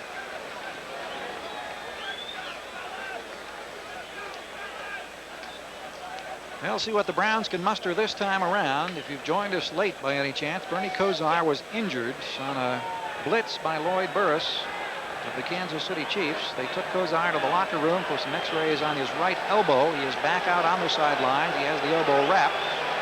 Report of swelling, and not expected to see action here. At least we don't anticipate it at the moment. Swing pass intended this time. Ernest Biner is incomplete. Danielson, of course, has been the quarterback since Kosar was injured. The situation grows worse for the Cleveland Browns. Now Kevin Mack has a neck contusion. He is also questionable as to whether he will return to this ballgame. So the Kansas City Chiefs are playing a very hard-hitting, aggressive style of football out here today, and it's taking its toll on the Cleveland Browns. Mack was the man that Danielson had turned to when Danielson first came into the ball game and tried to move the offense, and he had some yardage. I think they can ill afford not to have a player like Kevin Mack on the football field. Manoa has taken Mack's place in the backfield, as along with Biner. Biner is the motion back. Danielson completes the pass to Biner at about the 23-yard line. Dino Hackett there along with Jack Del Rio to make the tackle for Kansas City. Now that's the first time the Browns have gone to Biner out of the backfield. Usually that's a staple part of their offense, getting the ball to Biner out of the backfield. And we'll have to wait and see if the Chiefs are able to neutralize Biner's play coming out of the backfield. Ball spotted at the 24-yard line. 3rd down and 3 to go. 5 defensive backs now for the Chiefs. Cleveland only 1 of 6 in 3rd down conversions thus far this afternoon. Danielson under pressure completes the pass to Langhorne, and Langhorne wiggles out to about the 34-yard line. Easily has the first down. Albert Lewis is the man who pulled him down, and Danielson stepping up against the pressure nicely that time, Reggie. And those are the kind of catches you're going to have to make today because the coverage is so good. Albert Lewis and Kevin Ross are excellent man-to-man defenders. You're not going to have a lot of room. 2 minutes to go in our first half. Kansas City on a Lowry field goal leads this one by a score of 3-0. Army challenges you to identify the best in the game in this session of Chalk Talk. Every team needs a leader. On the Los Angeles Rams, our leadership comes from an offensive lineman. This guy's been outstanding ever since he blocked for Walter Payton in college. He's our offensive team captain and has been a Pro Bowler for the last 3 seasons. Who's the subject of this Chalk Talk? Let's go, McManus! A couple times I wondered, what'd you get yourself into, McManus?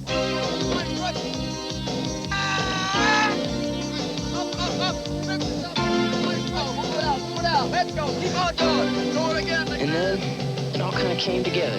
There's no telling what you can do. Okay, McManus, go. Especially when you have somebody who really believes you can do it. Be all that you can be in an edge of light in the Army. Offensive tackle Jackie Slater, number 78, has provided leadership for our team for 13 seasons. Honey, should we take the other car? I'd rather not. Ford Escort now offers an attractive new design, plus fuel injection and a 660 powertrain warranty. In fact, the redesigned Ford Escort may make your other car seem considerably less attractive. Honey, aren't we ever going to take the other car? Nope.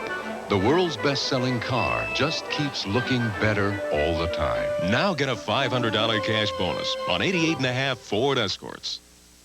He fell in love with every man's fantasy, the ultimate girl next door. But can he stop her from making the ultimate sacrifice for stardom? I'm Married to Centerfold, Wednesday. Surprising score in Kansas City with the Chiefs leading the Browns 3-0. Gary Gerald with Reggie Rucker. 2 minutes to go in the first half now. Once again, there's that situation where Biner is drawn up now to protect his quarterback, this time Danielson. And Danielson under pressure flips it out here intended for Weathers, who had to field it on the short hop. Clarence Weathers, the intended receiver. That ball may have been tipped or deflected by Neil Smith, who had penetration on the pass rush. Danielson's reaction that time, and again you see what we were talking about earlier with Biner up there, Reggie. Right, Biner had to get in there in case the linebacker or safety came. Neil Smith, I don't think Neil Smith deflected that ball. I just think that they got so much penetration in Danielson's face that he could not make the proper delivery to the receiver. 2nd and 10 now for the Browns, who trail 3-0. They're in their own territory at the 35-yard line. See, they take Biner out of the game with that strategy. Here's the blitz. And this one is complete. The Biner out of the backfield with room to work. Great move. Breaks a tackle at the 50 in Kansas City territory down to the 39-yard line. Biner showing you a nice open field move as he broke a tackle and picks up 27 yards. But that time the Browns countered with some offensive strategy that was the perfect remedy for this blitz. Now Biner's up in there looking for the back. He allows the defense to go by, then stops and takes a quick pass. We come quickly back to live action as the Browns try to hustle and move against the clock. The pass intended for Brian Brennan is incomplete. That stops the clock with 1:17 to go now. It was a reception. I'm sorry. That does not stop the clock. It was a reception. I thought I saw that ball pop loose. Brennan just discarded it to hustle back. Here's a pass over the middle that's clearly broken up at the 22-yard line. J.C. Pearson with the protection that time against Reggie Langhorne. Danielson's going to have to make hay while the sun is shining, and by that I mean he needs to get the ball to Ernest Biner.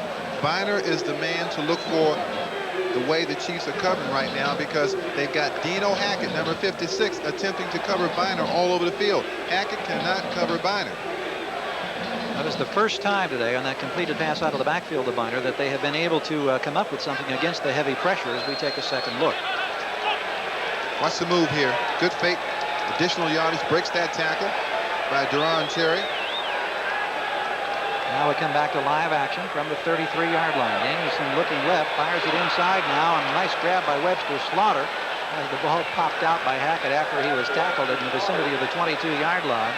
A lot of talk going on out there between receivers and defenders in this one today. Down to 47 seconds to go. You see the time ticking away. Sun has broken through the clouds now. Makes it a little difficult to read that clock. Firing right over the middle. Another completion at the 15-yard line. And that was a super effort by Reggie Langhorne. Double coverage right in the center of the field. Those are the kinds of catches that say something about a receiver. Is he going to catch the ball in traffic? Well, you saw number 88 Langhorne do it just then. Danielson throwing this one out of the end zone on the left-hand side to stop the clock. That was a second down pass, and that will stop the clock with 23 seconds left to go in the first half. Very good 2-minute drive being put together by Gary Danielson, and you've got to respect what he's doing, because remember, this is a man who just hasn't played much football, and yet he's been standing over there on the sideline watching the development of Bernie Kosar, and yet he is still able to come into the game and play this way. Watch this catch again by Reggie Langhorne. Good catch in traffic between two hits. Still makes the still holds on to the football. I think Duron Cherry thought he had an interception on that one. Yes. And Langhorne came right back there and grabbed it away. Also, they're working with a handicap of no timeouts during this 2-minute drive. They used all their timeouts early. Danielson flips it out to Biner, has a man out in front inside the 5-yard line. Down to the 3. Pearson drags him down, and look at the clock. We're down to 12 seconds to go, and there's no timeout. They can't stop the clock that way. They practice this play all the time, Gary. Down to 5, 4. He throws it for the sideline, and it's down to 2 now, and we see penalty markers down. You're going to see a penalty, but they can afford a penalty here because it's little more than a 20-yarder, even if it's a 12-man call against the Browns. That's what I suspect it'll be. Huh. That's the situation where when you don't have those timeouts, you come down to those final seconds, it can really be costly. You know, going back to that catch by Biner, what do you think Ernest Biner was thinking when he made that catch, Gary, headed for the goal line? You bet. Don't fumble. Number 24, defense, was lined up in the neutral zone. It's half the distance to the goal line. It's first down. Okay, watch it. Here's what I mean. What do you think? Look, he's got that ball out, but now watch. He puts it away right now because he knows that the most important thing inside that 5 is possession of the football. This should be a tie game when Matt Barr is finished. Barr had the 40-yard attempt blocked. Now he'll try here on a 19-yarder that should be routine. No more than an extra point. And it is good. So as time expires, we have now reached the end of a very interesting first half at Arrowhead Stadium in Kansas City. And the Barr field goal has knotted the score at 3-3. And who would have thought coming into this one that it would be this low scoring at halftime? Kansas City has done a real job on Cleveland from the defensive standpoint, and of course the Browns, without the services of Bernie Kosar. A nice 2-minute drill, however, executed on the part of Gary Danielson as he takes us right on down now to halftime, and it's a 3-3 ball game. I'm Art Modell. Just a minute, Art. Excuse me? I'm Pat Modell with a special thank you message for everyone who's been part of the United Way winning team. Bernie Kosar can pass us to victory on the field. And when it comes to providing daycare services, he's a team leader too. Marty Schottenheimer has given new life to our team, but he's also giving new life to our senior citizens. Gerald McNeil can run against the opposition on the punt return, and he's teaching young people to run against the odds and win when it comes to fighting drugs. United Way, and my silent partner here, is leading us all to a better community and a better tomorrow.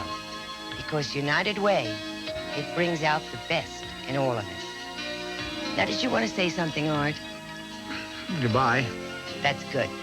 This message furnished by the National Football League.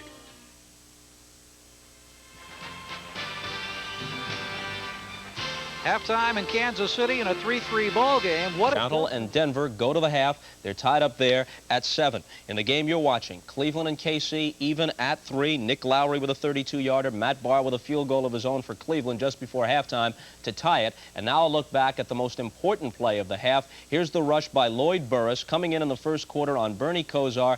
Hits him near the right elbow. Bernie is injured. We don't know yet how seriously, but the initial x-rays did not reveal any broken bones. Gary Danielson played out the first half at quarterback for the Browns. Elsewhere to the third quarter in Foxborough, where it's raining cats and dogs, and the Patriots have the lead on the Jets, 6-3. They've just gone to the half at the Coliseum in L.A., and the Raiders have a 14-3 lead over San Diego in the debut of Mike Shanahan at 36, the youngest head coach in the National Football League. And he watches as Tim Brown, The rookie Heisman Trophy winner from Notre Dame goes 97 yards with a kickoff return following a San Diego field goal. Earlier, Marcus Allen had run 11 yards for a Raider touchdown. They lead it 14-3 at the half. They're in the third quarter at the Hoosier Dome in Indianapolis, and the Oilers and Colts are tied there at 14 apiece. Now, finals of games played earlier today. Chicago over Miami 34-7. Neil Anderson, replacing Walter Payton on a full-time basis, runs for over 100 yards and a couple of scores. Jim McMahon also had 2 scoring runs. San Francisco beats New Orleans 34-33. Montana with 3 touchdown passes. Bobby Hebert threw for 4 for New Orleans, but they come up a point short. Buffalo beat Minnesota at Buffalo 13-10. Pittsburgh over Dallas 24-21. Luis Zendejas' 50-yard field goal attempt in the last few seconds wide to the right for the Cowboys. That could have tied it. Cincinnati wins at home against the Phoenix Cardinals 21-14. 3 touchdown passes for Boomer Esiason. Neil Lomax threw 2 for Phoenix and had the Cardinals inside the Cincinnati 10 with 30 seconds to play, but the Bengals stopped them there. The Rams beat Green Bay 34-7. The Packers turned it over 5 times. Philadelphia beat Tampa Bay 41-14. 2 touchdown passes for Testaverde in the Buccaneer loss. Randall Cunningham threw for 2 and ran for 1 for Philadelphia. And Detroit over Atlanta 31-17, the final score at the Silverdome. In baseball, the AL East is the only race that's close. Here are the scores affecting that pennant chase. Milwaukee beat Detroit today 6-1. Milwaukee is only 4 back. Meanwhile, Boston over the Angels in the 7th at Anaheim 5-4. And so if the Red Sox win this game, they will move into a first-place tie with the Tigers atop the division. The Yankees are playing at Oakland, and the A's are pounding them in the 9th 11-2. So the Yankees are going to stay 4 games back, unable to take advantage of the recent Tiger slump. All right, let's go back to the field, and we'll join you later in the day.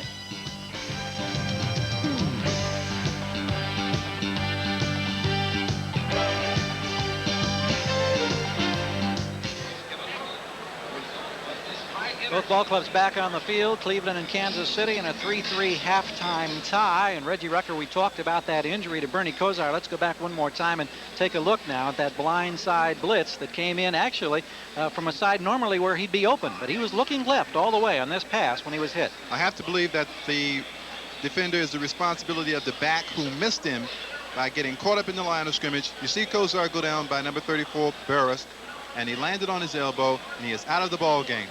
And, of course, Burris figured in another very big play because he was the man who came right up the middle and blocked a field goal attempt that nullified another attempted drive or scoring effort on the part of the Browns. Right on the left side of the Browns kick protection unit, Burris gets his hand up. Now, if he picks this ball up, it would be a touchdown, or if Albert Lewis, who is the fastest man on the field, got it. But Dino Hackett, number 56, a linebacker, was able to pick it up, and he's going to be kidded by all of his teammates. He let Mad Barr tackle him.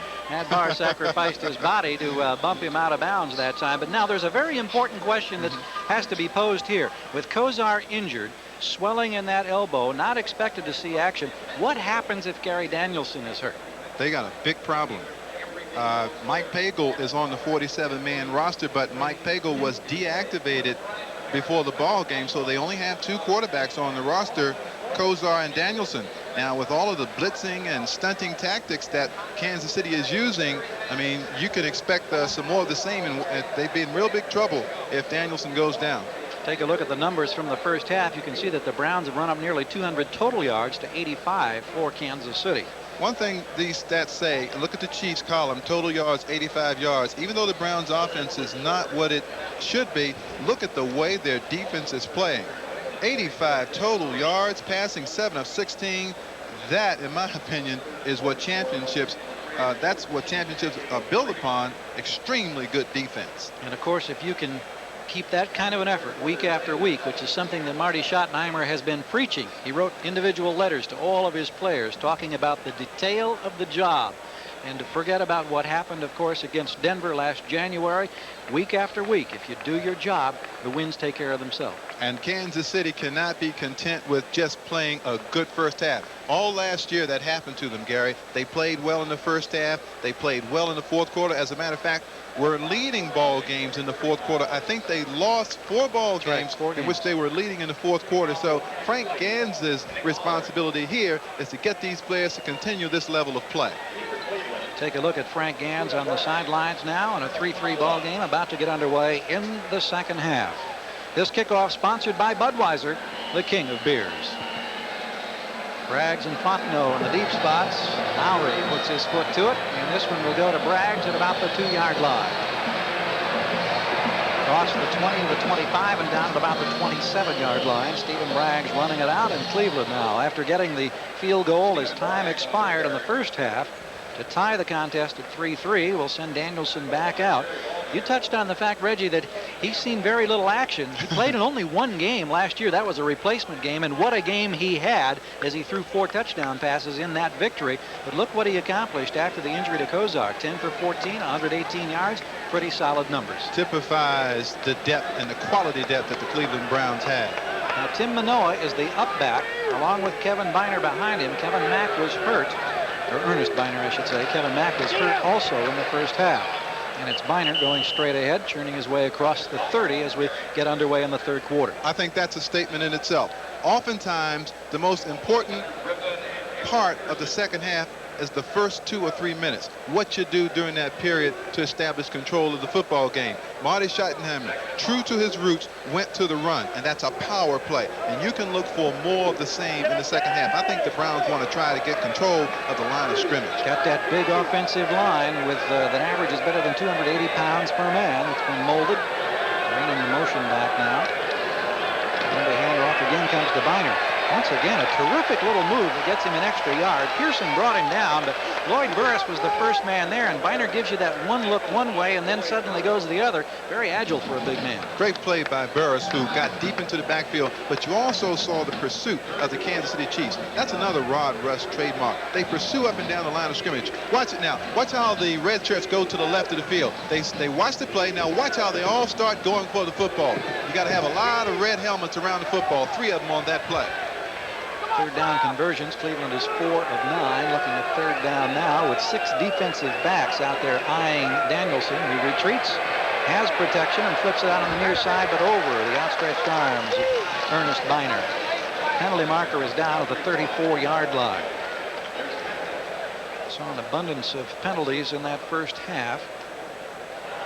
And this one is indicated as going against Kansas City, and that's a defensive call on holding, which would result in the first down. Holding, defense, number 45, 5 yards, and first down.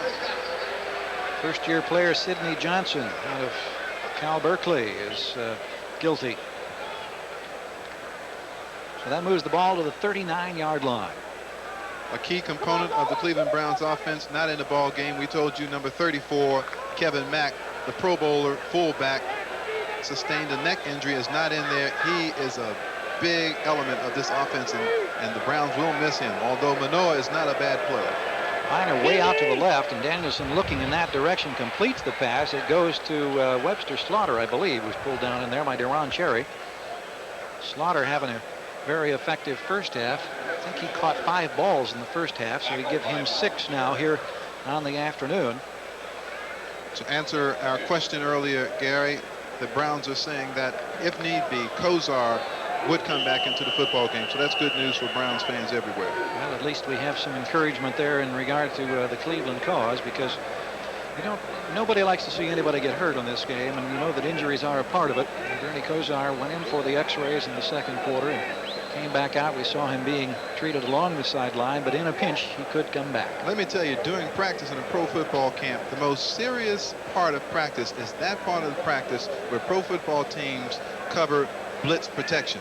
They go over it very meticulously because you can lose a quarterback. Apparently we had a review going on that particular play, and it was ruled as called. So it is second down now for the Browns. 3-3 ball game, just short of midfield. Cleveland in possession, and Danielson looking deep. Overthrows by about 8 yards, Webster Slaughter.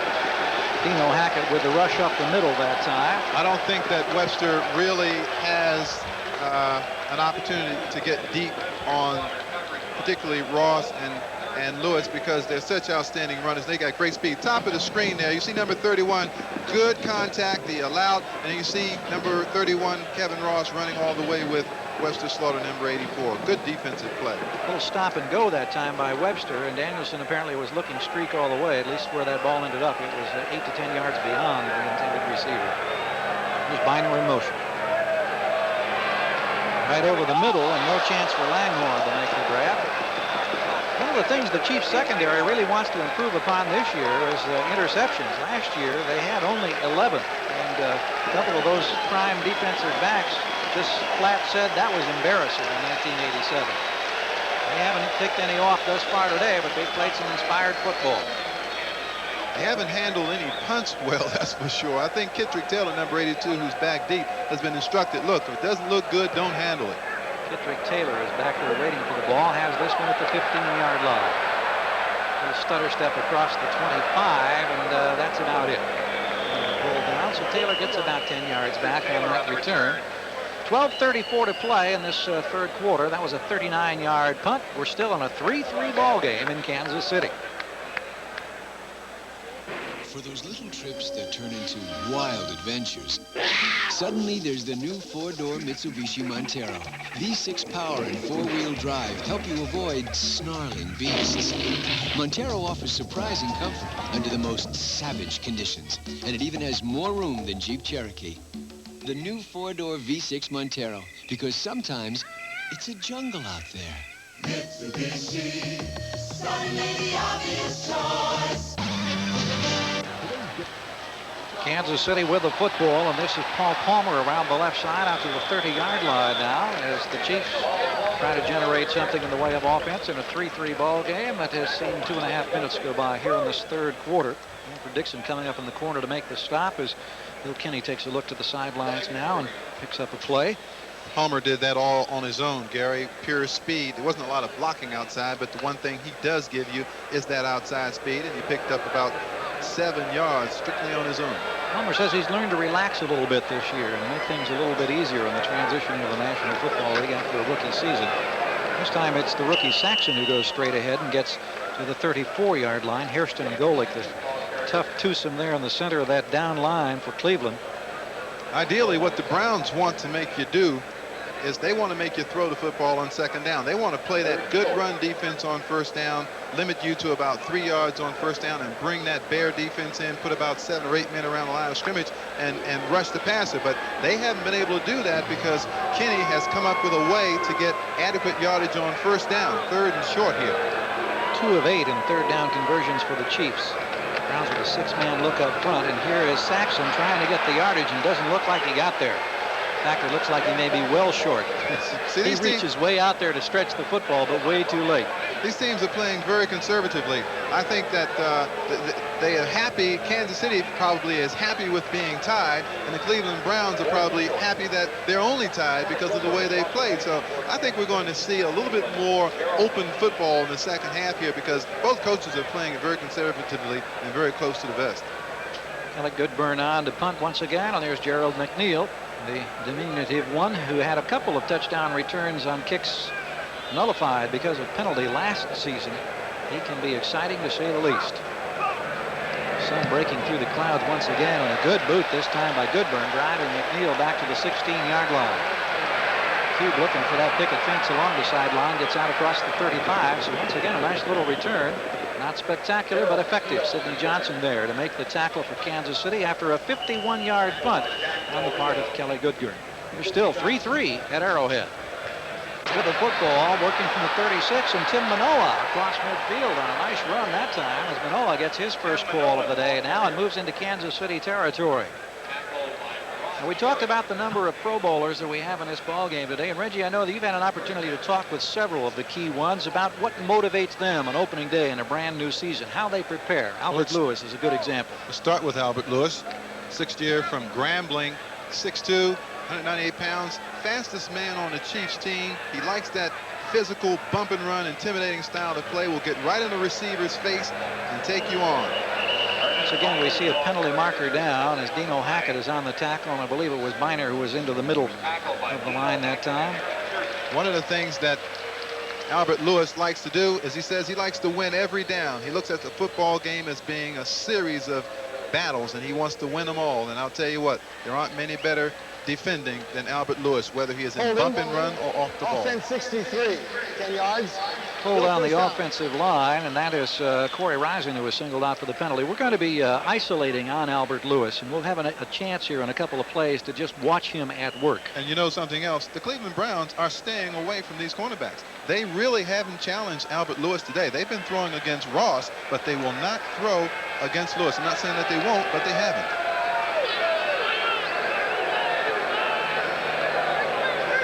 10 minutes to go, third quarter, 3-3 ball game now as Gary Danielson looks out to the near sideline and finds Ollie Newsom, his second catch of the day, this one at the 46-yard line.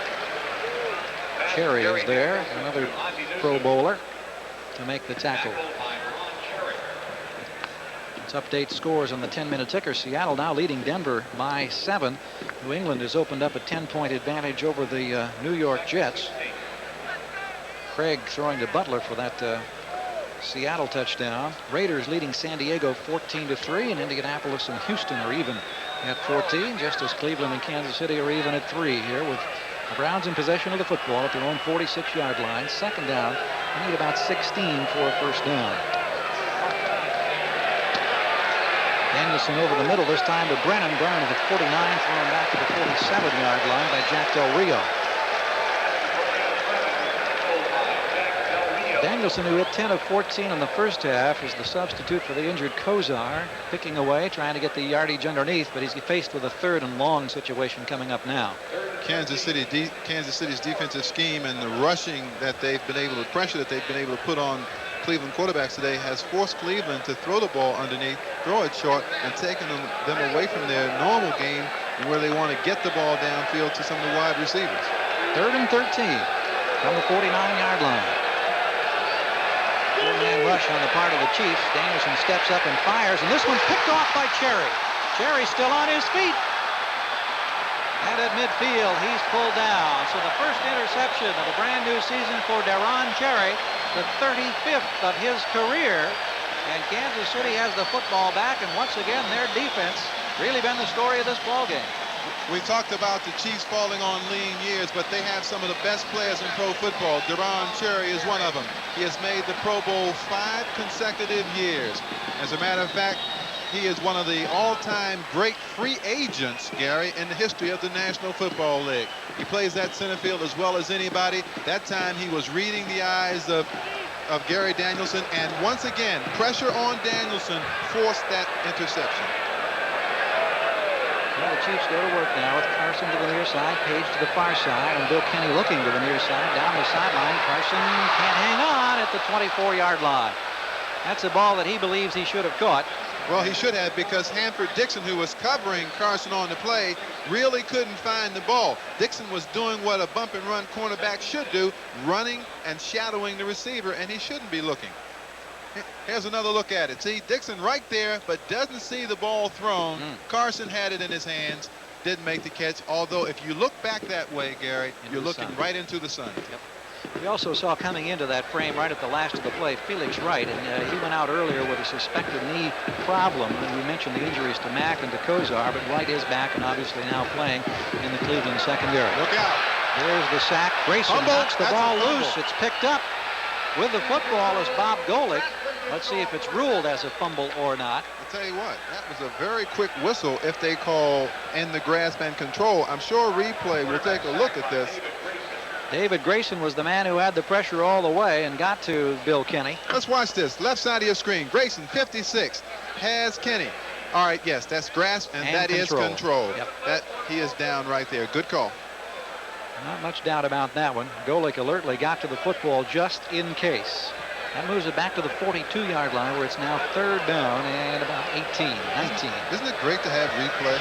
You can correct yourself. Absolutely. Harry was in motion momentarily.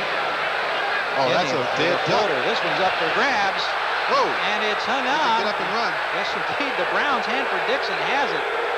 Boy, that one was up there against that wind we've been talking about today, and it was just up for grabs. And that's why these teams haven't been throwing the football downfield. We've said all game long that the wind is a factor. These quarterbacks just cannot get the ball downfield when you think about the wind and also the kind of pressure that is being put on them.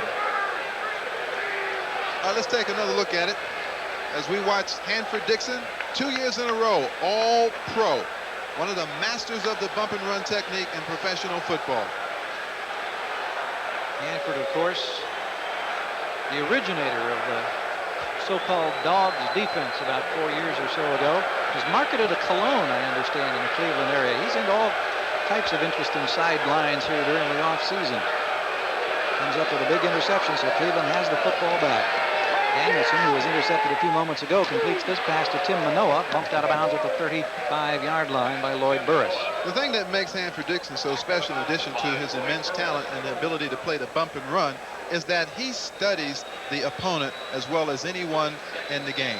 Deron Cherry also does this, Gary, but he knows where he's supposed to be. He's very smart. He's the leader back there in that secondary, and usually when a big play is needed in the secondary, Hanford Dixon will make it for the Cleveland Browns. When you talk about studying, you're talking about literally hours every week of film and videotape. That's week after week, all season long, year after year. That's what makes them special in the NFL. Manoa looking and running right into Griffin at about the 35 or 36-yard line. Leonard Griffin trying to fill the shoes of Art Still, who was traded to Buffalo, and he finds himself in a kind of a hot spot because Still was one of those veterans that a lot of people enjoyed watching through the years in the Kansas City uniform. Now, third down has been a down in which the Cleveland Browns have really gotten rich. They have been very successful on third down and short yardage. Kozar has been at his best when it comes to spreading the field, putting receivers across the field, spreading the defense out, and hitting somebody underneath. Now, Danielson's turn is to do it. He's as smart as Kozar. As a matter of fact, Kozar learned most of what he knows from Danielson, and I wouldn't be surprised to see him try to get the ball to Bynum. Well, we'll find out in a moment. Ball is knocked away. And looking for it, it's on the turf. Getting a hand on it was Bill Moss. The pressure again of the Kansas City Chiefs, and Danielson had barely taken his drop, and there was Moss right in his face. We talked to Bill Moss yesterday, and you talk about somebody ready for the start of a football season. Yeah, I wouldn't get near him. I thought he was going to come at me. Pressure right in the face. Nothing affects a quarterback worse than pressure right in your face. You can't get the ball off. So Lee Johnson, the barefooted, left-footed kicker, is on once again. And back is Kittredge Taylor, awaiting the punt. Johnson has to field that one off the turf, but he gets the kick away. And looking up toward the sun, Kittredge Taylor now beats a retreat and grabs it at the 15 and is pulled down immediately and thrown out of bounds. Stephen Braggs downfield quickly for the stop after a 49-yard punt. Still a 3-3 ball game in Kansas City. The four-wheel drive Mitsubishi Montero, built for those adventurous few who heed the call of the wild. Jane, I'm home! At a civilized price, the Montero... Well, sunshine has broken through the clouds once again in Kansas City now at Arrowhead Stadium in a 3-3 ball game. The Chiefs will go to work behind Bill Kinney. He's 7 of 18 for 51 yards. Had that one interception just a short time ago. Now working just short of his own 16-yard line. Hand off to Paul Palmer inside, and he gets a couple the tough way off the right side. Give us an opportunity now to update the 10-minute ticker. These were finals from the early games today. Chicago big over Miami. San Francisco hanging on to beat New Orleans by 1. And Buffalo surprising Minnesota. Other games, Pittsburgh a winner today. Cincinnati spoiled the debut of the Phoenix Cardinals. And the Rams big over the Green Bay Packers and Lindy Infante's debut. We'll have more right after we have this play now on the part of the Kansas City Chiefs. Chiefs have had tough field position all afternoon here against the Browns. Frank Minifield is out of the ball game now, Gary. Braggs in his spot as Palmer is chased out of bounds by Junkin. We'll check the rest of the scores now. These are other finals. Philadelphia with a big win. Tampa Bay. Testaverde struggled in that one today. Detroit a big winner over Atlanta. Checking some of the headliners in week number 1. Neil Anderson with a big day, a couple of touchdowns. We mentioned Testaverde with a tough day, 5 interceptions. And look at the numbers for Eddie Brown today. 143 yards on 6 receptions and a touchdown for the Cincinnati Bengals, who were victorious over Phoenix. 2 of 10 in the third down conversion department now. That's the story for the Chiefs, who are looking at 3rd and 9 deep in their own territory. Coming out of the shotgun. 4-man rush, ball on his hip, steps up, going to be dragged down, no chance to get it away. Making the tackle was Sam Clancy. And we're hearing some boos at Arrowhead Stadium, and some of the enthusiasm for Kansas City earlier in the day is evidenced by their great defensive play, now giving way to some frustration on the part of the local fans. Good coverage downfield by the bump and run cornerbacks of the Cleveland Browns. Kenny cannot find anybody to throw to. You can see him looking around. There's no place to throw the football. And of course, the pursuit of the Cleveland Brown rush sacks Bill Kenny. Looking at Kelly Goodburn once again, standing on his own 2-yard line, awaiting the snap. He's had an active day in the kicking department. Gets off a nice boot against the breeze. Hangs this one way back. McNeil goes back to the 27-yard line. Cube looking for some running room, needs a block. Penalty marker down as he goes down at the 41 or 2-yard line. Lewis Cooper downfield to make the tackle that time, number 55, after a 56-yard kick on the part of Kelly Goodburn. He's had a couple of good efforts today. And Jim Tunney will let us know in a moment just where the ball will be spotted. And the infraction again works against Cleveland. 5:17 to play in this third quarter. Marty Schottenheimer not real happy with these little mistakes. We talked about the number of penalties. Was it 15 against the Giants in that win last week for better than 100 yards? And they've had their share in this one today. Illegal block, number 81, during the return, 5 yards, 10 yards, first down. Derek Tennell on the special teams. Well, I know that, excuse me, Gary, I know the Cleveland Browns defense is good, and Kansas City, we know, had a defense that went from 27 to 4, and we'll get back with the thought after this. 5:17 to go in the third quarter. Browns will go to work at the 18-yard line in a 3-3 ball game now. We have 5:17 to play here in the third quarter. The handoff goes to Tim Manoa, working the left side. Now puts the head down and turns out to about the 24. Ball bounces loose and out of bounds, but I think that was after the whistle. And Reggie, I think the question at this point becomes, is it a case of seeing defenses that are really outstanding today, or are the offensive teams just having a rough afternoon? I think that the offensive performances are, for lack of a better word, lousy today. I know the Cleveland Browns have an excellent defense, and Kansas City is trying to improve its defense, but what we're seeing out here is less than what we expected, particularly from a team that is looking to go to the Super Bowl and another team that's looking to improve its offense. I just don't think they're playing well offensively. At the 22-yard line now, Cleveland putting the ball in play in a second down situation. They need 6 to get the first down. Hand off again to Manoa. Manoa running well out across the 27, 28-yard line. Tim Manoa is playing in place of the injured Kevin Mack, and of course Gary Danielson is playing in place of the injured Bernie Kosar. If Danielson were to be hurt, in case you joined us late, Kosar could conceivably come back. He's had his right elbow injured when he was hit in the first half today on a blindside blitz, and he's had ice on it much of the time, and he could come back in a pinch. Of course, I'm sure Bernie and the rest of the Browns are hoping that that wouldn't be the case. You'd hate to risk any further aggravation of the injury. At the 29-yard line, it is a first down now for Cleveland. Field goal by Barr and a field goal by Lowry. That's been the story of the scoring today. The big surprise has been the defensive intimidation on the part of the Chiefs. This pass to Manoa is complete. He gets out to the 35-yard line before he is wrestled down by Kevin Ross.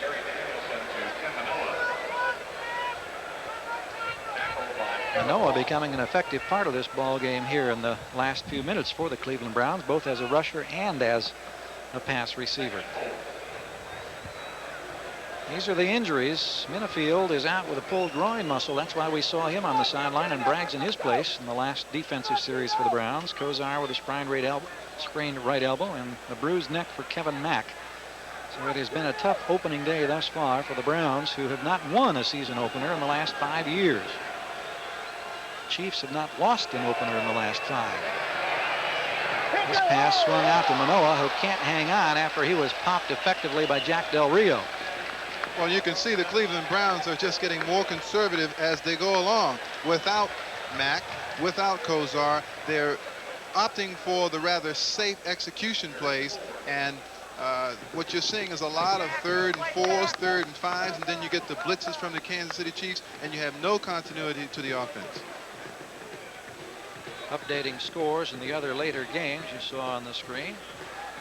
talking about injuries, Warren Moon, the Houston quarterback, had a right shoulder injury, is going to be x-rayed after today's ball game. So some bumps and bruises being felt all around the league in week game number 1. This pass intended for Slaughter is incomplete. At about the 43-yard line, Dino Hackett was there once again. See, what we're witnessing is the same pattern over and over. The Browns run the football on first down, get a pretty good game, and then second and third, they're doing the same things. The Kansas City Chiefs have picked it up, and that's why they're keeping the Cleveland Browns from moving the football. Now the crowd that just a short time ago was expressing some displeasure with the Kansas City offense is thoroughly encouraging the defense. There's a punting situation. McKittrick Taylor stands back at the 24-yard line, awaiting Johnson's boot. Johnson really gets this one up high, a beautiful lazy spiral. Taylor no chance to grab it. Now what is he doing around the football? That's just incompetence. You don't play that way in the National Football League. The ball is going to go dead at the 3-yard line, but Kittrick Taylor, I think he thought for a moment that he may have touched the ball, and he was hustling Taylor has back. not caught the ball all day. He is afraid to catch the football. And if you can't catch the football, you ought to get somebody else in there that can. That is a very critical mistake because you put your offense inside the 5-yard line. You're not moving the football. This can cost you a football game. That ball bounces back and touches him. It could be an easy Cleveland touchdown or an excellent position to score. But I've been watching him all day, Gary, and he has just refused. He's been reluctant to go make the catch that you have to make. You've got to make that punt catch. Now, in his defense, he's looking up into bright sunshine, but that doesn't excuse running back in the vicinity of the football. That was a 61-yard punt, and here's a mix-up now on this snap for the Chiefs who go to work deep in a hole. And let Tunney and crew sort this one out for us. Started this day under mostly overcast skies. 99 defense, 5 yards. Still first down. This game lacks excitement. I mean, we're not seeing anything happening here. Watch it here on the left side of your screen. Number 99. It's Darrell Sims. Darrell Sims. Offside. Shouldn't be there. Just losing his concentration for a minute there. Moving the ball out to the 9-yard line, but nothing working whatsoever. They're going to get some boos from this crowd. Loss of a couple yards, and if they don't get something going here right away, Goodburn is going to be faced with another one of those tough punting situations where he has to go against the breeze. Of course, Kenny still got it down. Here's Frank Gans on the sidelines, and you kind of wonder what's rummaging around in his mind. You know he's got to be encouraged at the play of the defense. Oh, but, yeah. I mean, he's happy to be in this situation. Offensively, the Chiefs just haven't been able to generate much of anything. And again, the injuries to Okoye and Hurd don't help them in that situation. Larry Moriarty has come in now for the first time in the backfield. He's the deep back behind Kenny. Kenny backpedaling, has protection, completes the pass. Stephon Page out across the 15. I believe he has enough for the first down. Well, that's a big play for the Chiefs. There's Kosar coming back on. I'm wondering if we're going to be seeing Bernie Kosar here in action or not. I do not see that ice on that elbow that we saw earlier. But the way he's holding it, Gary, oh, it is still wrapped. Sore. Yeah, it's still wrapped. I can see it now. But that's a big play for Kansas City. Gets them out away from their own goal line and a little breathing room for McKinney. And let's see if he goes right back to that pattern of running the football on first down. First and 10 now from the 16 for the Chiefs. 3-3 ball game, even late now in the third quarter. This pass is caught by Carlos Carson on the sideline across the 35-yard line. 2:24 to go in the third quarter. Stephen Bragg's now being picked upon over there with Minifield out of the ball game. That's a 20-yard pickup. That's one of the big plays offensively for Kenny today. Broke the pattern on first down this time and decided to run the comeback. That's Carlos Carson's favorite pattern. He told us yesterday while talking with him and a clutch situation, he wants to run that outside pattern, and he did it then, picked up a first down. He comes to the near side this time as the Chiefs come up to the line at the 37-yard line.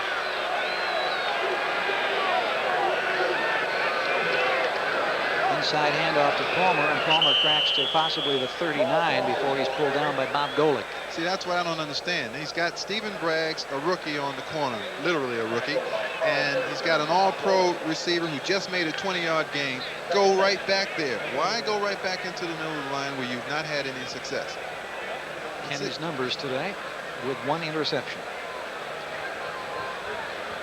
Bernie Kosar on the sideline, his touchdown streak is in jeopardy. He had thrown for a touchdown pass in 17 consecutive games, which was the longest such streak in the NFL. Because right now we're wondering if anybody's going to score a touchdown. Here's the blitz. And this one thrown away. There was contact between Carson and Dixon, but nothing untoward, apparently. No penalty markers down. See, this doesn't make any sense to me. I would put Carlos Carson on the rookie. Stephen Bragg's on the right side. I would create the mismatch. He sends Carson to the left side on Hanford Dixon. There's just nothing happening over there. Down to 1 minute and 41 seconds to go here in the third quarter now. Still in a 3-3 football game. You don't get a chance to take advantage of these things often in matchups, and the Kansas City Chiefs have a golden opportunity now to exploit something, and they aren't doing it. Carson again on the near side. He's got Hanford Dixon right up in his face. Movement on the line. Throw it deep. Markers down.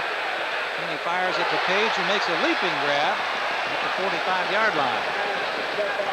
Stephon Page with some acrobatics that time with penalty markers down, and it looked as if Kenny was going to have a free throw that time.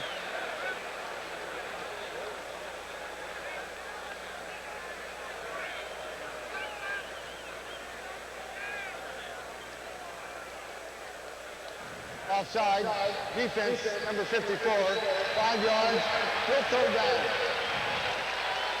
Mike Junkin called for being offside. Let's watch number 83, Stephon Page, on number 23, Mark Harper. Good pattern. He leans against the defensive backs, break out. Good concentration as he makes the catch. Third down and about 2 or 3 yards. 55,654 on hand at Arrowhead today to take in this season opener in Kansas City. They've been encouraged by the defense, but the offense has struggled. Once again, here comes the pressure. Chiefs pick up the blitz, and the pass in and out of the arms of Stephon Page just short of midfield. Kenny ends up on his backside. Stephon Page had an opportunity to catch that football and didn't. Of course, Stephon Page, number 83, is the NFL record holder for yardage in a game, set in 1985.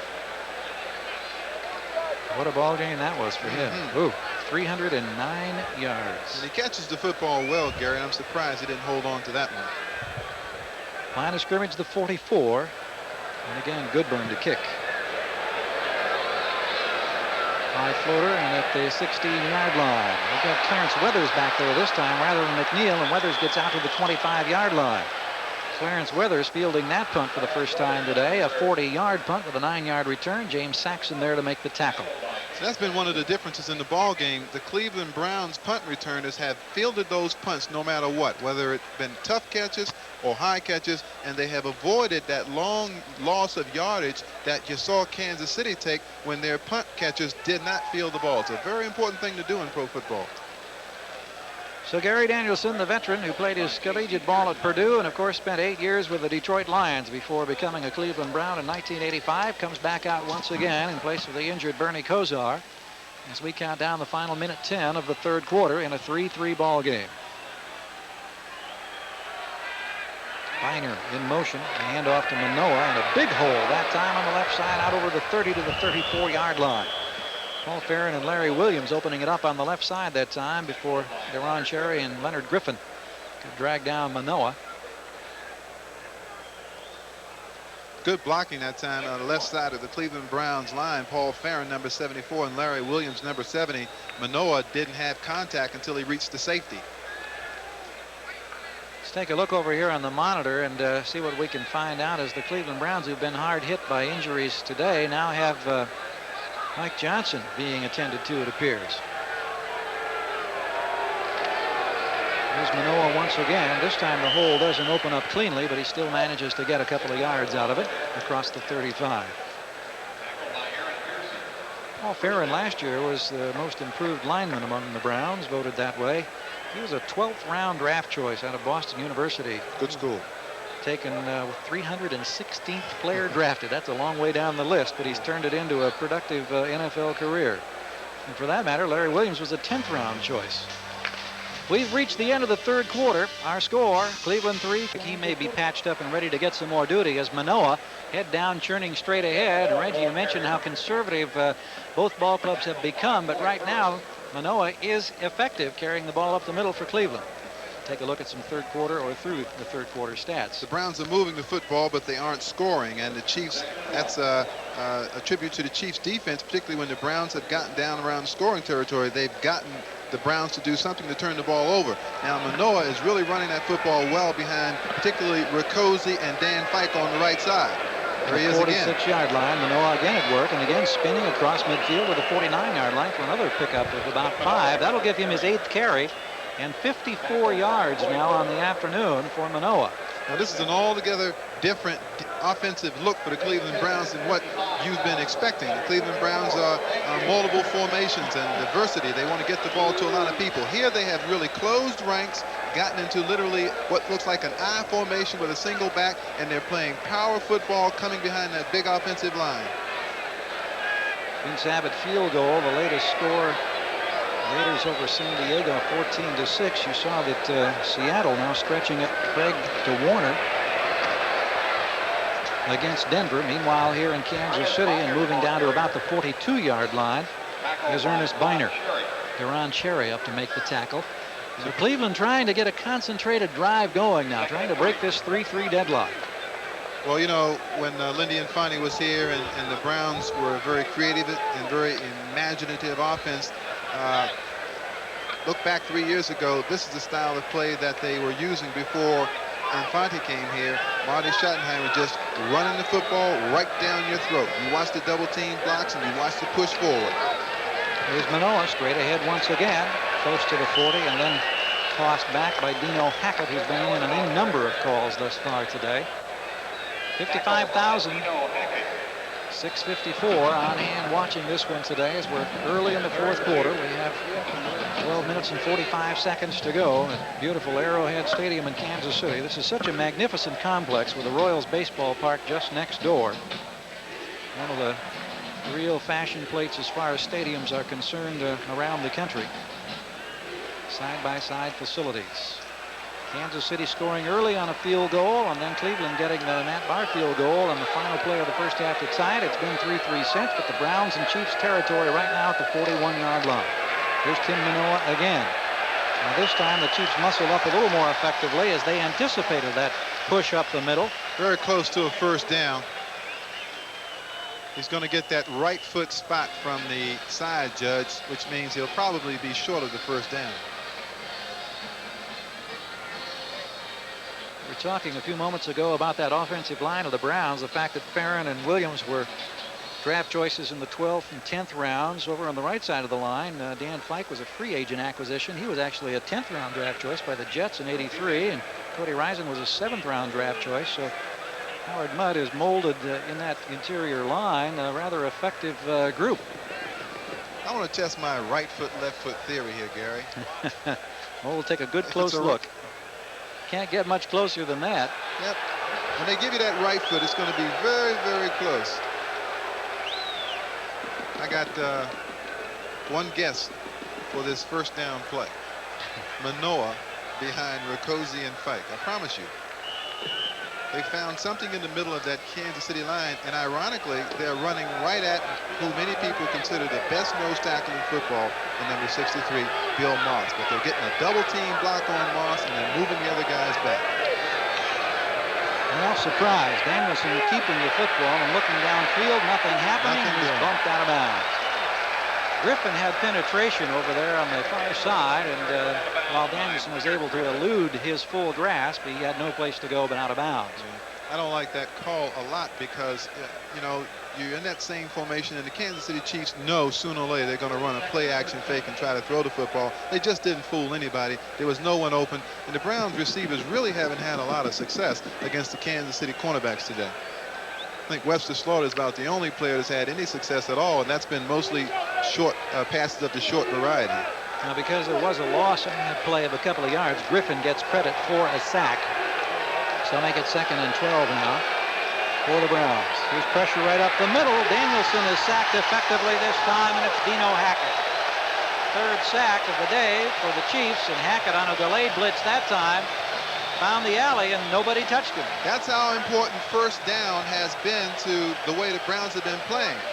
Last first down, Danielson was sacked for a loss. Now The Browns have to pass, and here come the Chiefs with the blitz. Nobody picks Dino Hackett up, number 56. We have seen this happen a lot today. Riccozzi is new in that spot. Don't forget that. That might have been a wipe-off technique where he was supposed to come off the one block and pick up Hackett. I'm not sure, but if I were to guess, I would say that was Riccozzi's man. Riccozzi, we saw him as he was falling backward. He realized that Hackett was coming by to his left, but he had no opportunity to spin toward him. There was just no contact whatsoever. So the ball back at midfield, and Danielson may have to take a timeout now. Now we have a penalty marker down. Too much time. Clock ran down. 45-second clock, new this year, so it's delay of game.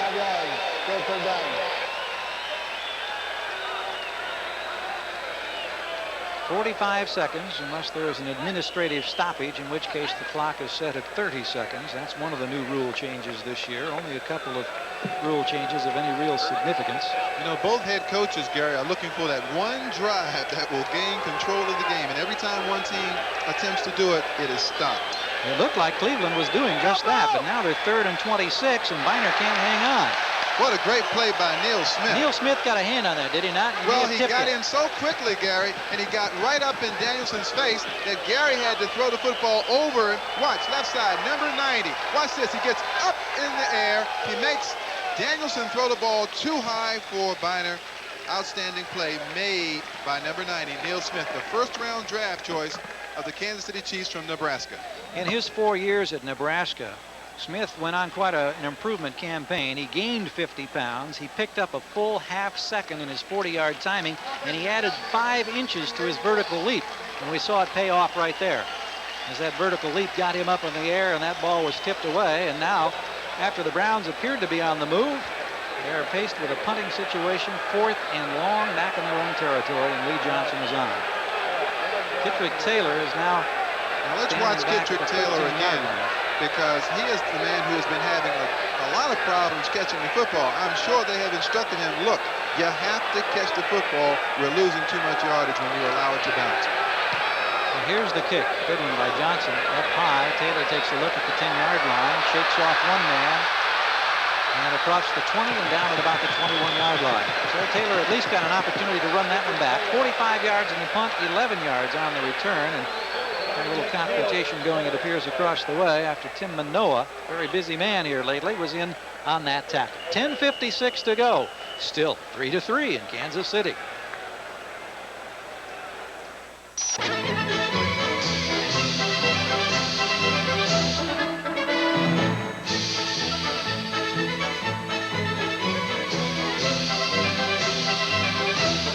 Kentucky Fried Chicken. We do chicken right.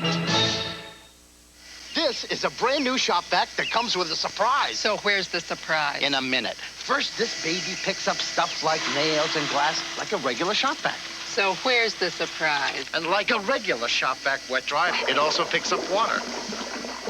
So where's the surprise? Just watch. You twist the top, lift it off, and you've got a portable blower. A surprisingly powerful blower.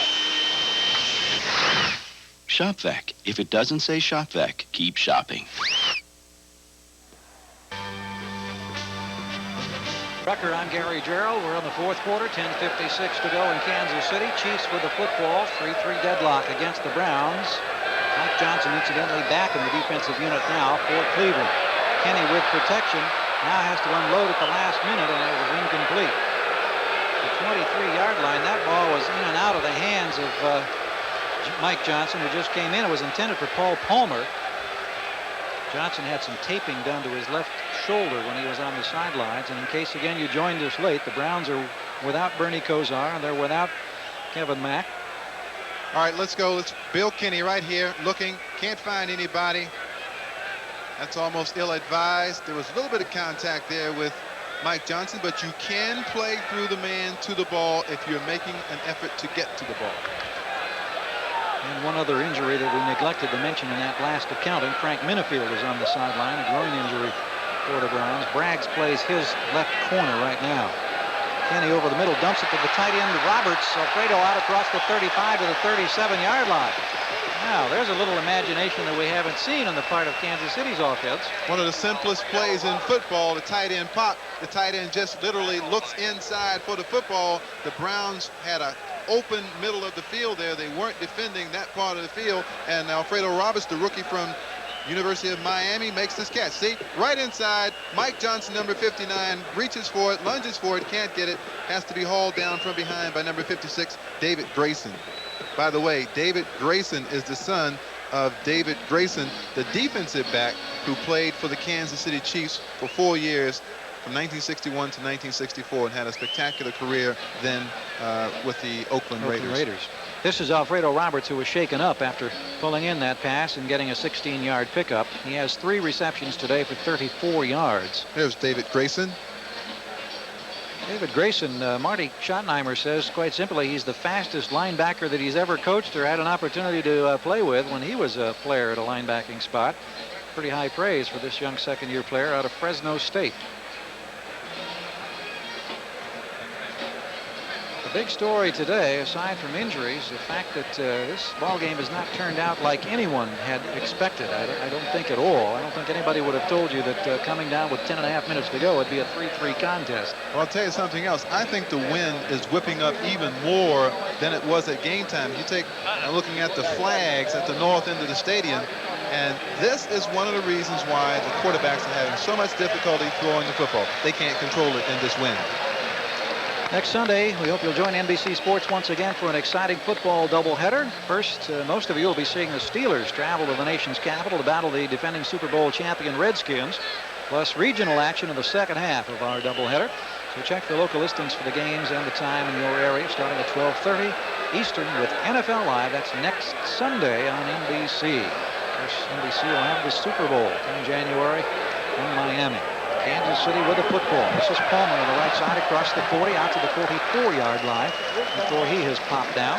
Mike Johnson is there to make the tackle. So Johnson showing some mobility and getting in on a couple of plays after he was shaken up and missed a series or two.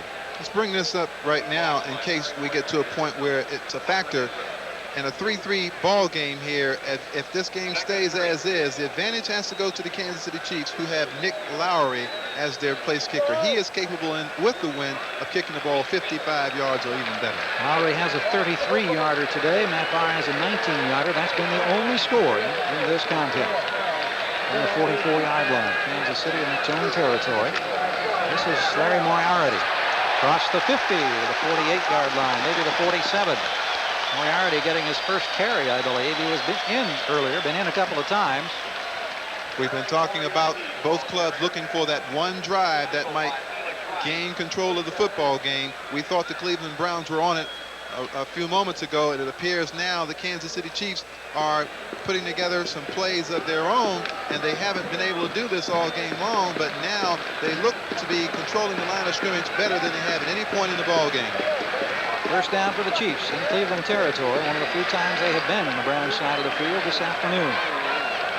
Once again, movement and contact on the line, and before the play can unfold, the penalty markers are down, and getting the initial jump there was Carl Hairston.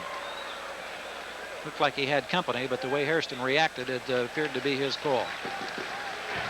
Encroachment, number 78, 5 yards, go first down. Let me tell you what happens and why this has happened so frequently. You watch the left side, Carl Hairston coming off, and Bill Kenny does this. Normally, quarterbacks will go on the second hut. They'll go hut, hut. When you want to bring the defense offside, you'll go on the third count, and you'll go hut, hut, hut. And that's what brings the defense offside. Hairston the victim, so 5 yards marched ahead now. Kansas City moving down close to the 42-yard line. Still first down. Firing deep down the middle, looking for Stephon Page against double coverage, and the ball not there, knocked away. Braggs is down there along with Felix Wright, providing the defensive coverage. Felix Wright played that exactly the way you want the center fielder to play. Watch the quarterback's eyes, give help deep when possible, and watch number 22 right of the screen. Protecting the deepest part of the field, never allowing anybody to be deeper than he is. Felix Wright, number 22, has done a fine job for the Cleveland Browns as their free safety. Another look at it. That's a traffic jam there. Yeah. He had no chance to catch that football. 2nd and 5 now. Moriarty, the lone setback. Little play action fake. Quick pass out here. It was intended for Alfredo Roberts, and the pressure that time coming from Bob Golick, it made Kenny hurry the throw. Golick a little slow, but he is getting back to his feet now. I don't think I've ever seen two football teams have as much trouble. I think you and I did a game, Gary, in Buffalo last year, Denver and Against Buffalo, Denver. and It was a a very huge windy win, day. Yes. just like this. Yeah. And I think the quarterbacks had a lot of trouble that day too. But people Any credit, a convenient plan effect on the passing game that wins can play. And this stat right here kind of sums it up. Third down conversions for the Chiefs. Only 2 out of 12 opportunities. We're looking at 3rd and 5 now, and they have 4 wide receivers in the ball game. Kenny talking to Moriarty, and now Moriarty doing a little directing. 4-man rush, time for Kenny to throw, finds Kitrick Taylor. Taylor at the 30. You'd be in great shape for tomorrow, assuming there is tomorrow. You can see how wet these golfers are getting and the problems that are presented as far as keeping the grips dry. Oh yeah, you know, the rule of thumb when it starts raining is caddies get wet, grips stay dry.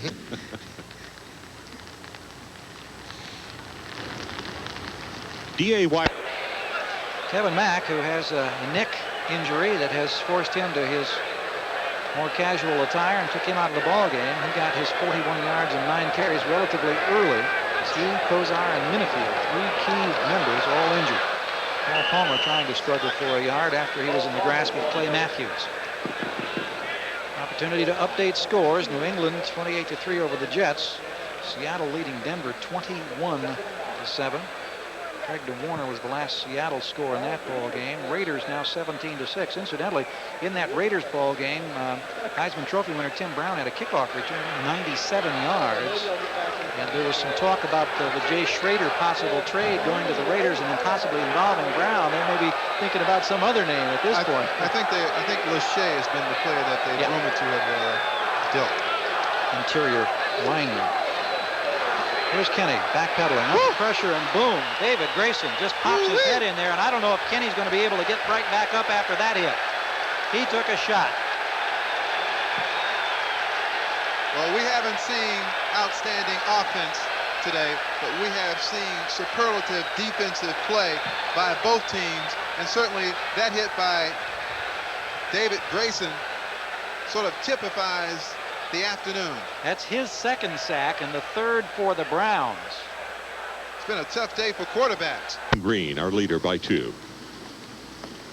It's a little downhill, breaking to the left.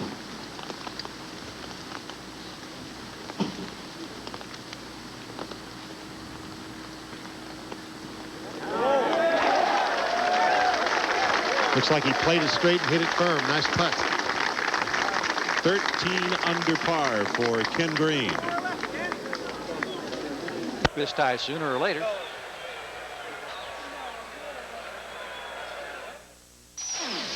After flying so many aircraft, I'm not easily impressed with car performance.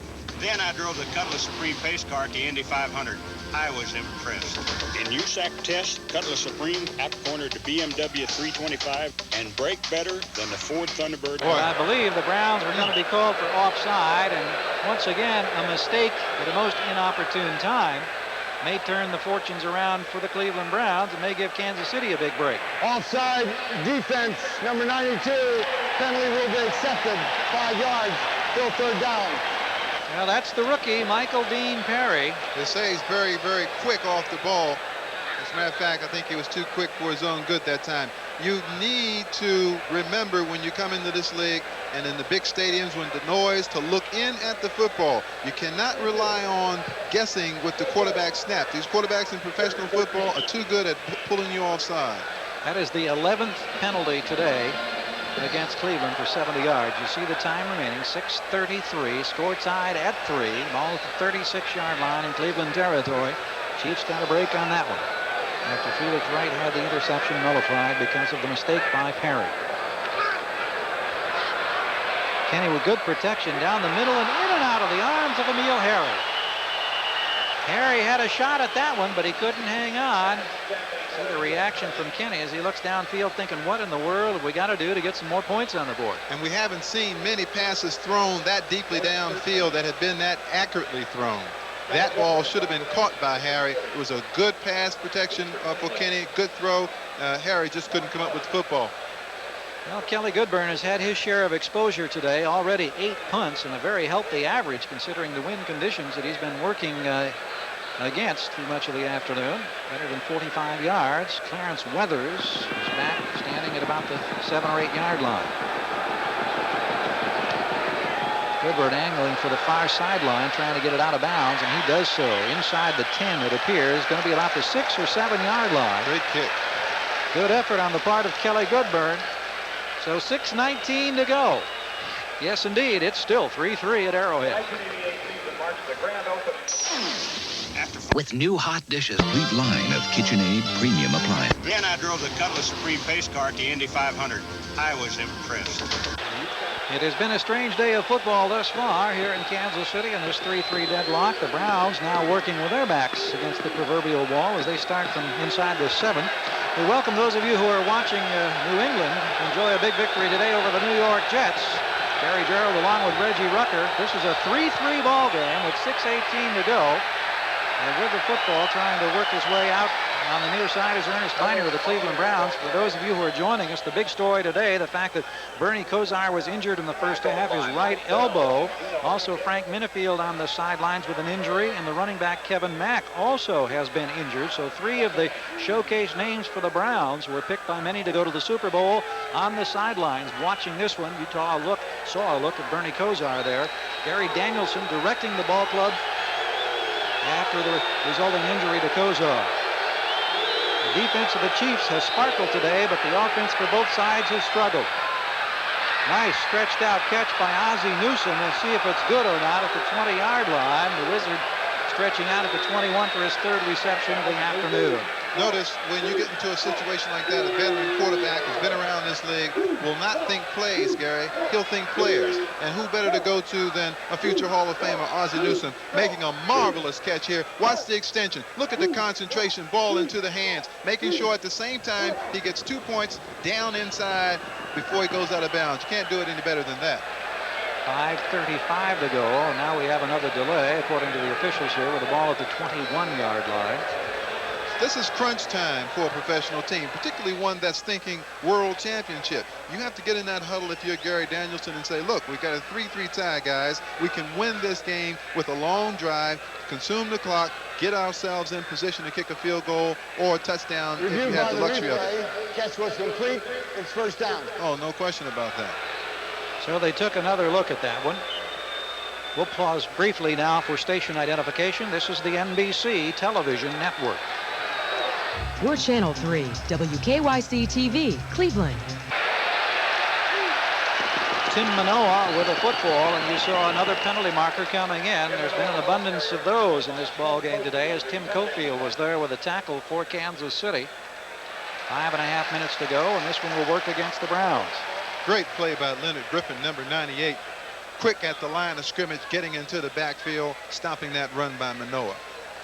Frank Gans, of course, you saw him a moment ago on the near sideline in his 2nd year as a head coach of the Chiefs. Holding, 73 offense, 10 yards, still first down. So Greg Riccozzi has been called with that particular penalty. Mentioning about Gans in his 2nd year, last year was a struggle in endurance for this ball club. They won their season opener in dramatic fashion when they beat San Diego. Then they lost 9 in a row before bouncing back and playing some good teams well late in the season. They had to rekindle the spirit. They've restructured the coaching staff. They have new offensive and defensive schemes, and they won a 3-3 ball game late against Cleveland. Penalty marker down. The intended receiver, Webster Slaughter, and the defender, of course, Kevin Ross, who was protesting all over the place. Slaughter is also hurt. Slaughter hasn't gotten back up. I thought for the moment that he was just going to he dramatically was there to emphasize the fact that he thought that a flag should be thrown, but he has not gotten back to his feet. Well, an interpretation of this rule,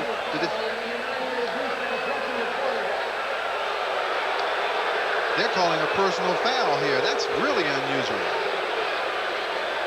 Well, and here's Slaughter stretched out still on the artificial surface at Arrowhead. Boy, the Browns and the injuries today. We saw Felix Wright get banged up and also Johnson, but they both got back in the ball game in addition to the 3 headliners we mentioned few moments ago that are out for the day. And now Webster Slaughter, who is the primary receiver, is being administered to at the 33. Well, they ran that pattern, that comeback pattern in the first half, Kozar and Slaughter, and you could see how well timed it was. Now, multiple foul, Kansas City. Personal foul, roughing the quarterback is declined. Defensive pass interference, Kansas City is accepted. First down. Well, there's more penalties on one play than you would ever expect. Well, and when you saw Danielson attempt the same pattern, Danielson and Slaughter don't get an opportunity in practice to work on that play. You didn't have the same timing, but as Slaughter was going for the football, he was prevented in his effort to catch the football by the defensive back, hence pass interference. See Slaughter gingerly reaching back toward the hamstring. You don't know if it's a hamstring or down in the vicinity of the knee or just what, and we can't speculate. Oh, there's the personal foul. Elbow right to the face of Gary Danielson. Watch it. Watch number 98, Leonard Griffin. Elbow goes right into the face. Ooh, look at that. That's rough stuff. And this is even rougher for the Browns, who on a season opening day with such great expectations have now seen their fourth key member have to be helped off the field. The Browns have a lot of pride in the fact that they have quality depth at most positions, and it's being tested right now. Marty Schottenheimer, the head coach. Here's the list. Minifield with a groin, Kozar with the elbow, Mack with a bruised neck. Lesser injuries, as we mentioned, to Felix Wright, Mike Johnson, and to Mike Johnson, who are both back in the ball game. And now you add Webster Slaughter to this list, who has caught a pass in every ball game he's played as a Brown, today being the 29th such game, and he has helped to the sidelines. My, oh my. Clarence Weathers will come in and take his spot. The ball at the 33-yard line. 5:25 to go in this contest, and you see the score even at 3. Tim Manoah is the lone setback behind Gary Danielson, and Manoah has the football. Doesn't have much room to work. Gets a couple of tough yards on the left side before Mike Bell, number 99, is there to meet him head on. Bill Moss, number 63, the Kansas City Chiefs nose tackle, the All-Pro, is having a brilliant game today. He is just escaping blocks at the line of scrimmage, and he made that tackle, and he was responsible for stopping that play. He had a mini holdout in the preseason and then got a new contract that makes him among the highest paid nose tackles in the NFL. And we watch 63 at work right here. Number 63 right in the middle of your screen, fighting down the line, pursuing, making a good play. From the 35-yard line, Brennan in motion for the Browns, and Danielson retreating to throw. Dumps it off to Manoah. Trying to turn the corner, and does on Del Rio, and gets close to first down yardage at the 43-yard line. Let's talk about Tim Manoah a little bit here, because as quiet as it's kept, he has come into this football game and has played very, very well. He's catching the football, he's running the football, he's providing the kind of power that Kevin Mack gives to the Cleveland Browns. And remember, he has not played a lot, so he has shown a lot of poise, and I think he's done a very, very good job in the wake of being notified at the last minute that, look, get in there, you've got to play. Terry Gerald and Reggie Rucker at Arrowhead Stadium in Kansas City, a 3-3 ball game, 4.5 minutes to go in Kansas City. With the football, the Cleveland Browns and Tim Manoah trying to work out to close to the 44-45-yard line. The only scoring today came in the first half on a 33-yard field goal by Nick Lowry that put Kansas City in front 3-0. And then an answering 19-yard field goal by Matt Barr that tied it up on the final play of the first half. That's where we stand. It's been a day of a lot of emphatic defensive hitting, and the big plays have all been defensive ones, it seems. And we, of course, chronicled the injuries that have beset and bedeviled the Browns. This is called blacksmith football. Just pure hammering each other to death. Danielson sends Brennan in motion again toward the top of the screen. And again, the handoff goes inside to Biner, and Biner gets to midfield. Aaron Pearson making the tackle.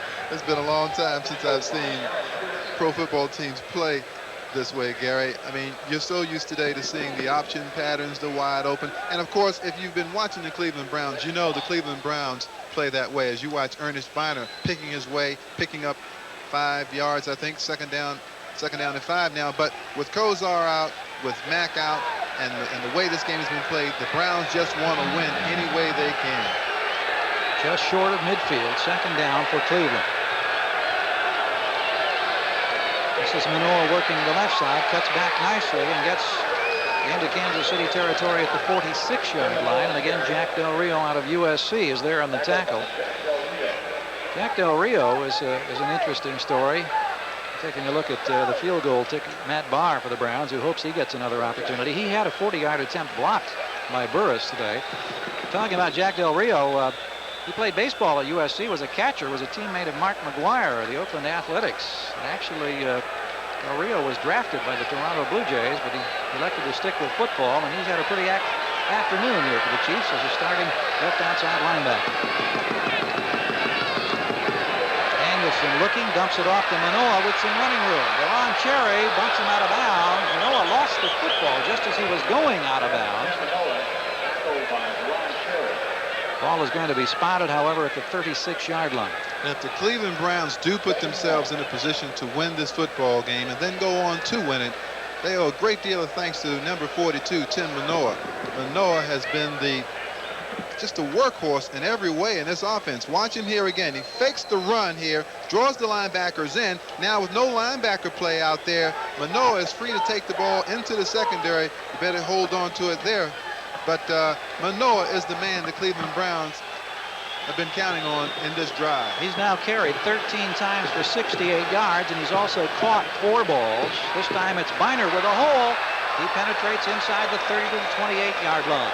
And we have an opportunity now to welcome those who are watching Indianapolis and Houston go at it this afternoon on opening weekend.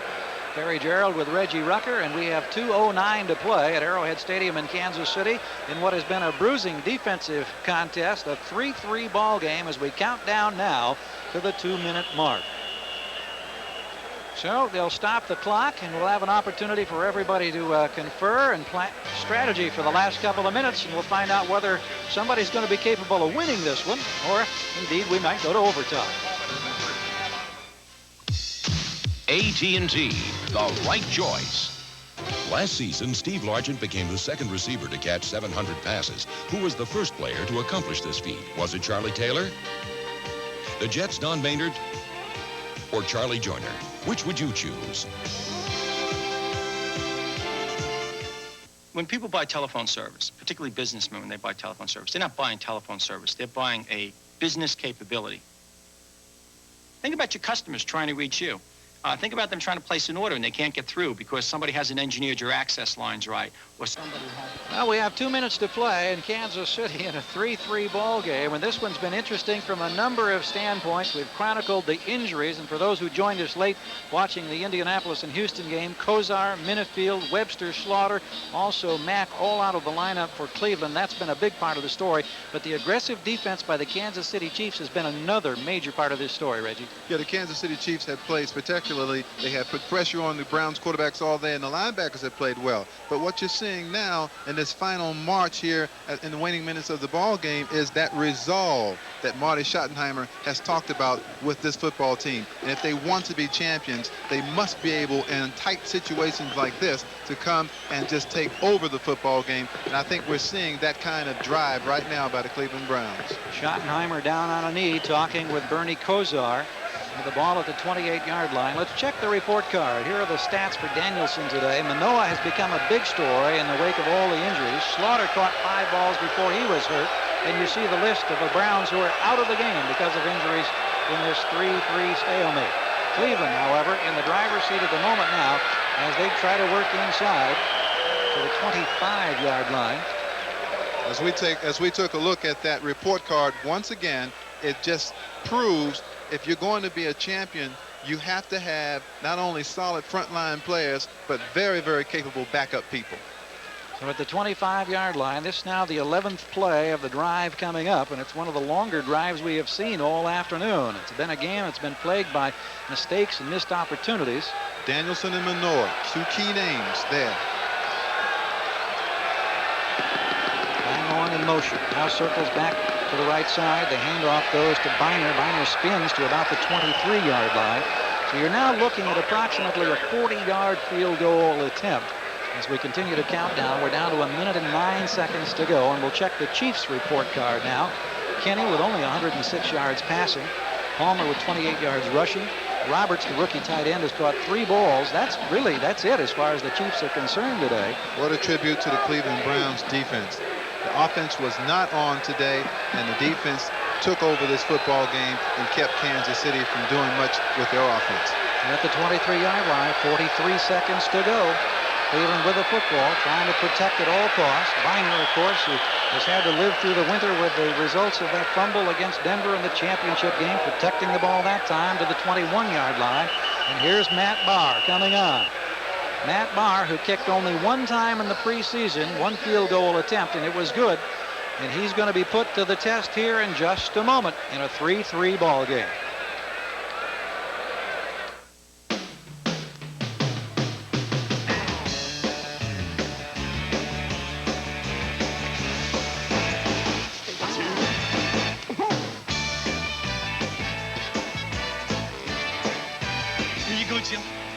No, Michael. I want it more Bud Light. If you want the one light that outshines them all, ask for Bud Light. Go, Jim. You're not sure. Oh, but I could be. Bud Light, because everything else is just a light. Matt Barr, who tied the game on the last play of the first half at 3 with a 19-yarder, had a 40-yard attempt blocked by Burris in the first half. In his career, inside 40-yard line is 54 of 60, and he's looking at a possible game winner right here. And this is why the Cleveland Browns opted to keep Matt Barr over Jeff Jacob, who has a stronger leg. Clutch and consistency from this range. 38-yard attempt is on the way. Penalty marker is down. You saw it go through the uprights.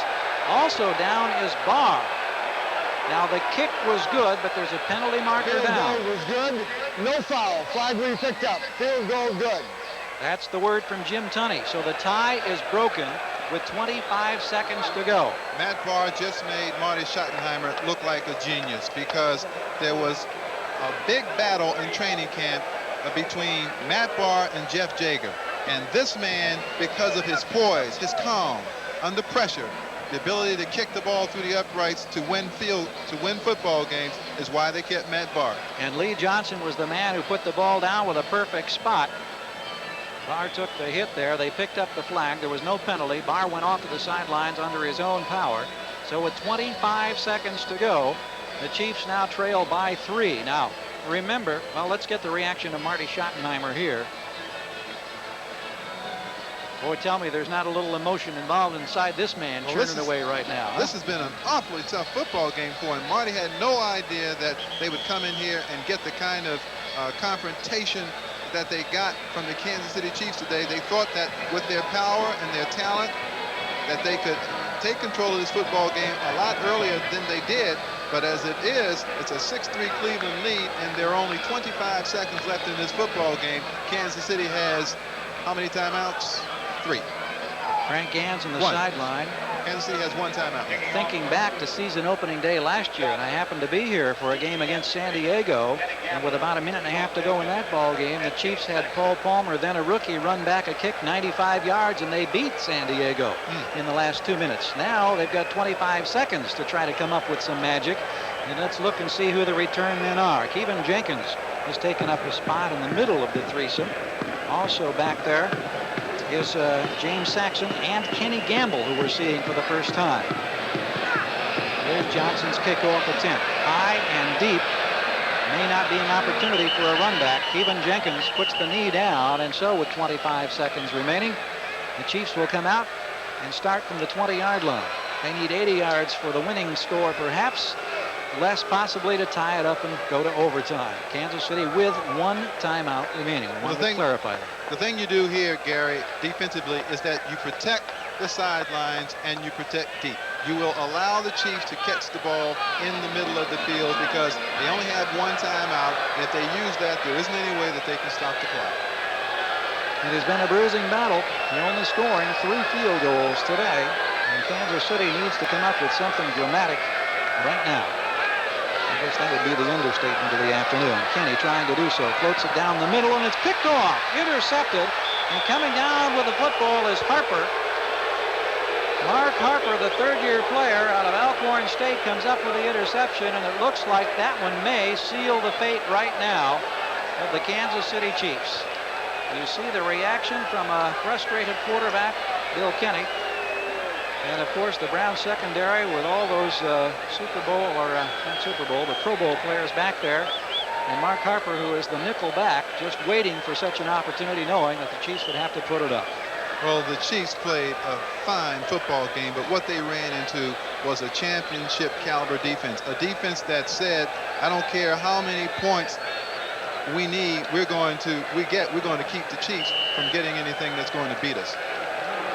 So the Browns go down on a knee, and they'll just let the clock run out. The handshakes around are pretty much going to wrap this one up. Well, we talked about who the heroes in this football game have been, and certainly number 42, Tim Manoa.